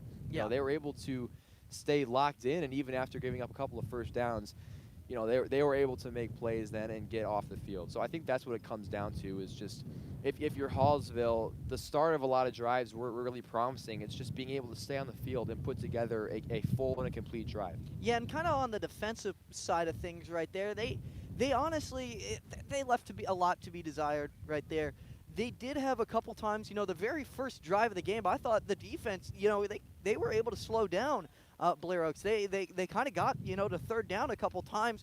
A lot of times where, on first down, they would only allow 2 yards, 1 yard on the carry. And then, Blair Oaks did end up scoring on that drive and, on every drive this game. But, the first couple drives, it did seem like the defense had something to say about that. The rest of the game, it did seem like they got a little bit tired. They got a little bit unmotivated. They wanted to get – it seemed like they wanted to get motivated on the offensive side to motivate the defense. And, again, a lot of these players, they do play both sides of the ball. So it seemed like they kind of took the defensive side to prepare them to try and start momentum on the offensive side.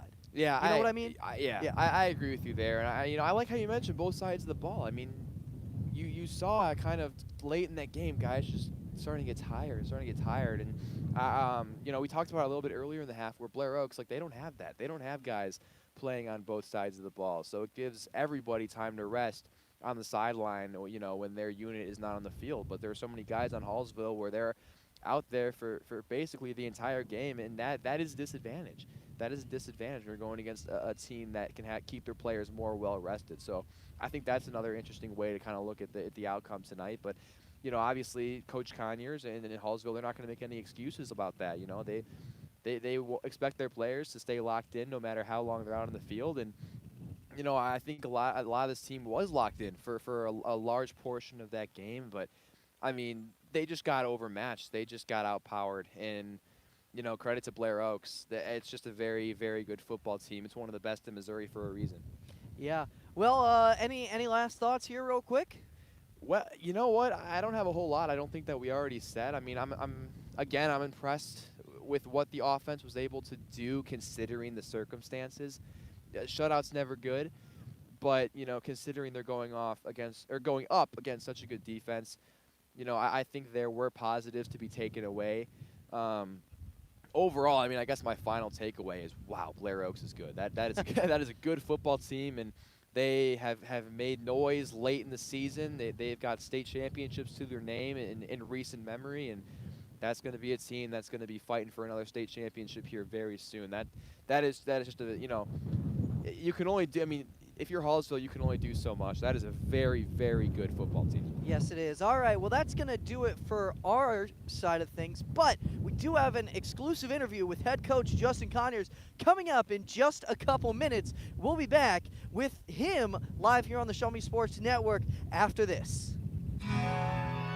Hello, Blake Gazaway here with the Show Me Sports Network. I've had the opportunity to have some amazing calls, including overtime touchdowns, walk-off home runs, and buzzer-beating baskets. But I've answered another call. That's to serve my community as a volunteer firefighter. Stop and think what would happen if your home or property caught fire and no one was there to put it out. Every day, volunteer firefighters not only save lives and property, but also respond to other emergencies. Nearly 2/3 of our nation's fire departments are manned by volunteer firefighters. And because of this, we simply need more volunteers to step up and answer the call. Stop by or contact your local fire department and see how you can become a volunteer firefighter today. I answered the call to serve my community. Will you?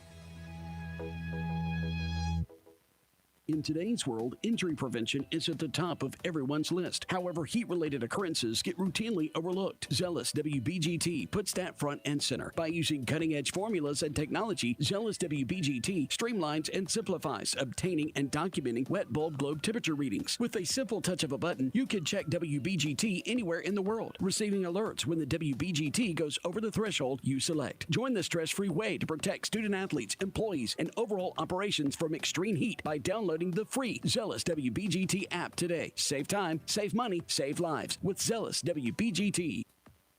Running out of some of your favorite Avon products and haven't seen an Avon brochure in quite some time? No need to worry. Avon Independent Sales Representative Michelle Carty can help with your Skin So Soft makeup, jewelry, fragrance, and skincare needs. Avon now carries cleaning supplies, clothing, daily essentials, and several small LG electronic items. You now have the opportunity to shop online 24/7 and have your order shipped directly to your front door by shopping with Michelle at mcarty.avonrepresentative.com or find her on Facebook by searching Avon Carty. At the Boone County Journal, we're with you all the way. We know that you're more than just a subscriber. You're an employer, you're a parent, you're a neighbor. Most importantly, you're a community member. It's our goal to provide you with the latest news, sports, opinions, obituaries, classifieds, and more to keep you informed about your community. To find out more about the Boone County Journal or to subscribe, call 573-657-2334 or visit bocojoe.com. The Boone County Journal. We're with you all the way.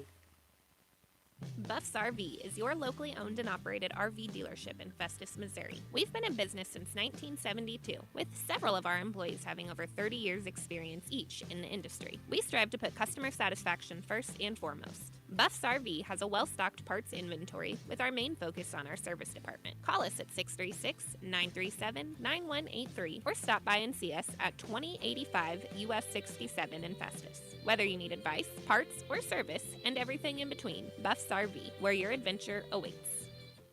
At Centurion Cares, for more than 3 decades, their focus has been on exceeding customer expectations for contact center software solutions. Their innovative communication solutions include utility interactive voice response software that allows for smart communication features that let your utility deliver superior customer service 24/7. They also provide other streamlined services like automatic call distribution, automated customer callback, reporting, and quality assurance. To find out more about how Centurion Cares can help your business, call them at 727-421-5300 or look them up online at centurioncares.com. Centurion Cares, innovative communication solutions.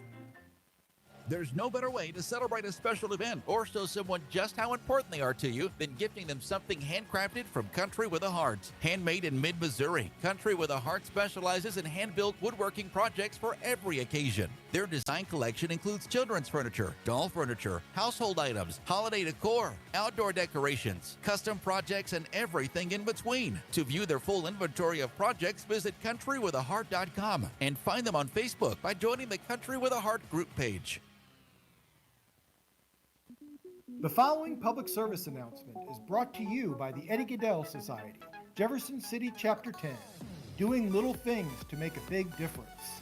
Want to make a big difference in your community? Be kind to others, drive safely, and put litter in its proper place.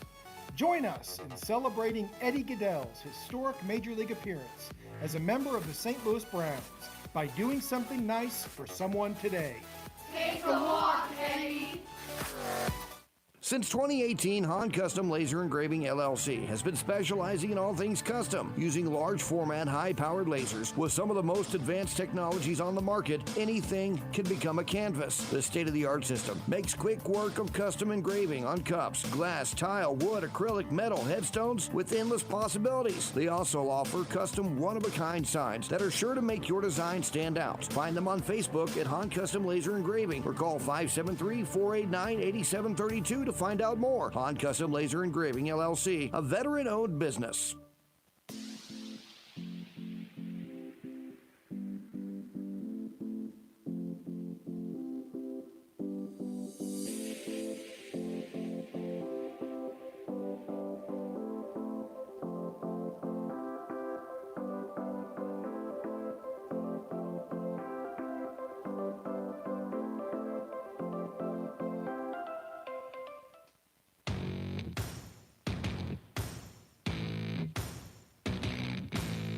You've been listening to Hallsville Indians football on the exclusive home for Indians football, the Show Me Sports Network. Exclusive play-by-play coverage of Hallsville Indians football has been brought to you by Avon with Michelle Carty, Boone County Journal, Centurion Cares, Eddie Goodell Society, Han Custom Laser Engraving LLC, Hallsville Athletic Boosters, Last Sentinel Firearms, Retrieving Freedom, Sawdust Studios, and Zealous WBGT. The biggest and absolute best coverage in mid-Missouri continues as you're just moments away from the exclusive post-game show. You're listening to exclusive coverage of Hallsville Indians football on the Indians Radio Network.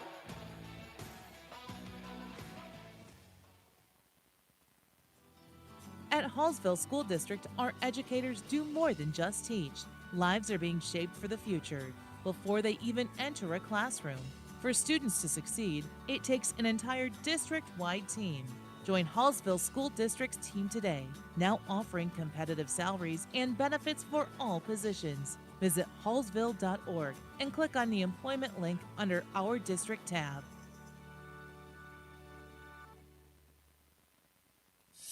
Attention Indians fans, here's your chance to help the student athletes of Hallsville by becoming a member of the Hallsville Athletic Boosters. Your gifts help provide all Hallsville athletes with a safe and positive experience while attending our school district, and also help purchase items that our sports team couldn't otherwise afford. You can join the Hallsville Athletic Boosters this season for as little as $25. Membership is open to everyone. Interested in joining? Look them up on Facebook by searching Hallsville Athletic Boosters or email them at hallsvilleathleticboosters@gmail.com. Let's go Indians!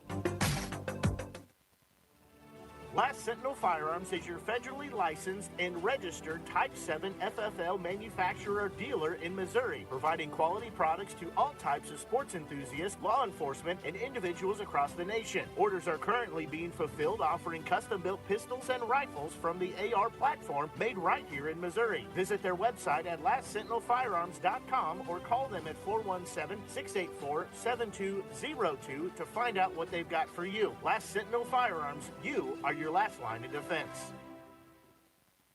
Hi, I'm retired Army Sergeant Trent Dirks, and I want to tell you about an organization that saved and changed my life forever. Retrieving Freedom provides highly trained service dogs to veterans with disabilities and children with autism, absolutely free of charge, thanks to the generous donations and support from people just like you. Experts from Retrieving Freedom help throughout the entire process, from fostering programs through service dog placement. Retrieving Freedom gave me the skilled service dog Tracer, who has been my best friend and my lifeline. To find out more about how you can get involved, volunteer, foster, or to donate, visit their website, retrievingfreedom.org. Retrieving Freedom, changing lives through the training and placement of service dogs for veterans with disabilities and children with autism. Creating custom, handcrafted woodworking projects has never been easier. Become a member of Sawdust Studios and enjoy 24/7 access to a woodworker's paradise. Outfit with industry-leading professional-grade tools, Sawdust Studios offers endless woodworking possibilities. Don't have woodworking experience? No problem, as Sawdust Studios offers affordable classes from a community of woodworkers, experienced designers, and master craftsmen. Youth classes are also offered for those junior woodworkers. For more information, search Sawdust Studios on Facebook or find them online at sawdust247.com. Sawdust Studios, your community woodshop. Hello, Blake Gazaway here with the Show Me Sports Network. I've had the opportunity to have some amazing calls, including overtime touchdowns, walk-off home runs, and buzzer-beating baskets. But I've answered another call. That's to serve my community as a volunteer firefighter. Stop and think what would happen if your home or property caught fire and no one was there to put it out. Every day, volunteer firefighters not only save lives and property, but also respond to other emergencies. Nearly 2/3 of our nation's fire departments are manned by volunteer firefighters. And because of this, we simply need more volunteers to step up and answer the call. Stop by or contact your local fire department and see how you can become a volunteer firefighter today. I answered the call to serve my community. Will you? In today's world, injury prevention is at the top of everyone's list. However, heat-related occurrences get routinely overlooked. Zealous WBGT puts that front and center. By using cutting-edge formulas and technology, Zealous WBGT streamlines and simplifies obtaining and documenting wet bulb globe temperature readings. With a simple touch of a button, you can check WBGT anywhere in the world, receiving alerts when the WBGT goes over the threshold you select. Join the stress-free way to protect student-athletes, employees, and overall operations from extreme heat by downloading the free Zealous WBGT app today. Save time, save money, save lives with Zealous WBGT. And welcome back into the Hallsville Indians post-game show. I'm Austin Thomas, joined once again by head coach Justin Conyers here on the Show Me Sports Network. And, you know, an unfortunate game right there. Final score 49-0. It did seem like there were some good things, though, throughout the game. You know, some good things that you could take away into, you know, the final season finale and into the start of the playoffs. What were your kind of thoughts on that? Well, number one, I'm not into the big moral victory thing, but for us, the way that our kids continue to fight week in and week out, we've had a really rough 3-week stretch here. Obviously, of dropping 3 in a row, and you look back to after week 5, and we're sitting at 4-1, and then right now we're sitting at 500, and our kids still. They play every single down to every single whistle, and they don't quit. And that's what I have to commend them on, is just their effort has been relentless. And so we're going to be better this week. You know, we kind of started to hit a nice stride this week on the way we're practicing. As a smaller program, when we see our scout team players, it's really easy to dominate every single play. So we've moved to what's called a half-line drill. So we're taking our best 2 linemen versus our 2 D linemen, and we're getting after one another. And so I believe moving forward here, we've kind of found the way we need to practice against each other so that we can create a better look for our number 1 defense and our number 1 offense. So kind of looking at this game a little bit, Braden Matheny, he made quite a few good throws, you know, throughout the game. It seemed like, you know, the first half, he actually seemed really on target a lot of the games. He made a lot of good throws. Second half, maybe not as much, but he still didn't look bad. I mean, can you talk about his performance a little bit? Yeah, for sure. We even said as a staff, you know, we met with the team at halftime, got our adjustments made, and then we sit in there and we said, man, we're this much away from it being a 28-14 ball game. I mean, honestly, there's a couple throws where we've outran somebody and this wind kind of shifted the ball a little bit and threw it off target. But overall, you know, with the pressure that we're seeing now, when you get later in the season and people have 7 ball games on you, they kind of have an idea of how you're picking up what you're doing in your pass protection, and they're attacking that.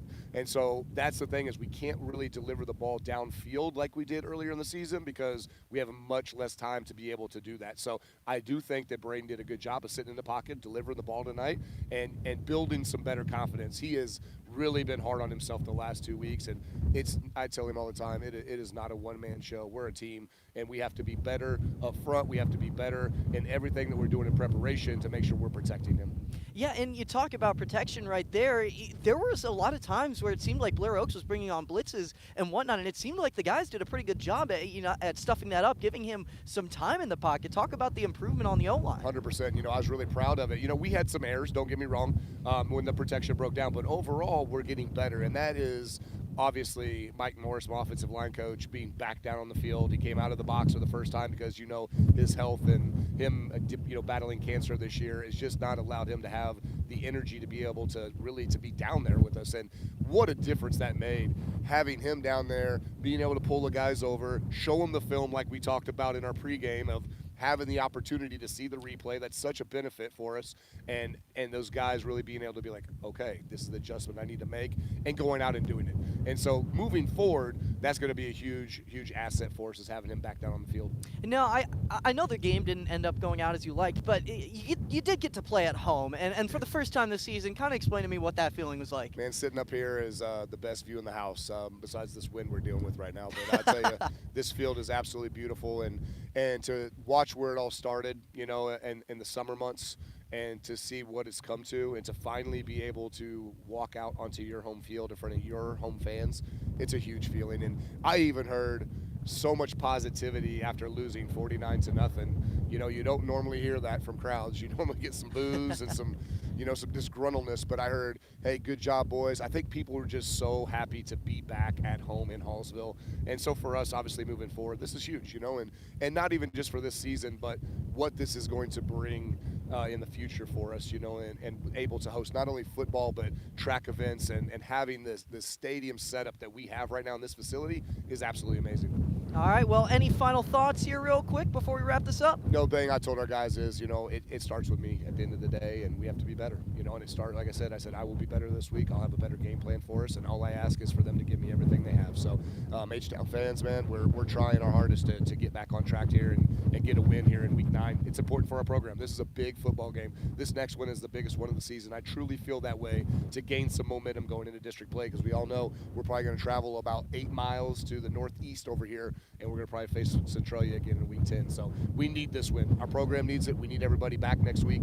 Thank you guys once again for all your coverage. Thank you guys for listening in week and week out. I know that I get tons of compliments on you guys and what you guys do for our program, so thank you all. Well, thank you again so much. Every week coming up here and doing these post-game press conference, these interviews that we get here on the post-game show, it's great to have you here. And once again, thank you guys for all tuning in to listen to this. But that is going to wrap it up for us tonight.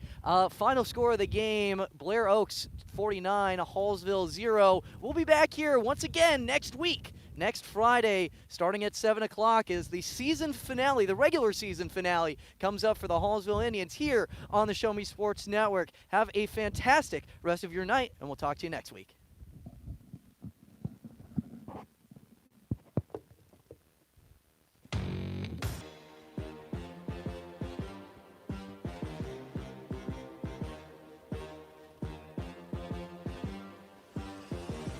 Serving fans throughout the Midwest and even more around the world, this is the Show Me Sports Network. The preceding was an exclusive broadcast property presentation of the Show Me Sports Network and was a high-fidelity all-digital broadcast. This broadcast is copyright by the Show Me Sports Network for the private use of our audience. Any other use of this broadcast without the Show Me Sports Network's written consent is prohibited.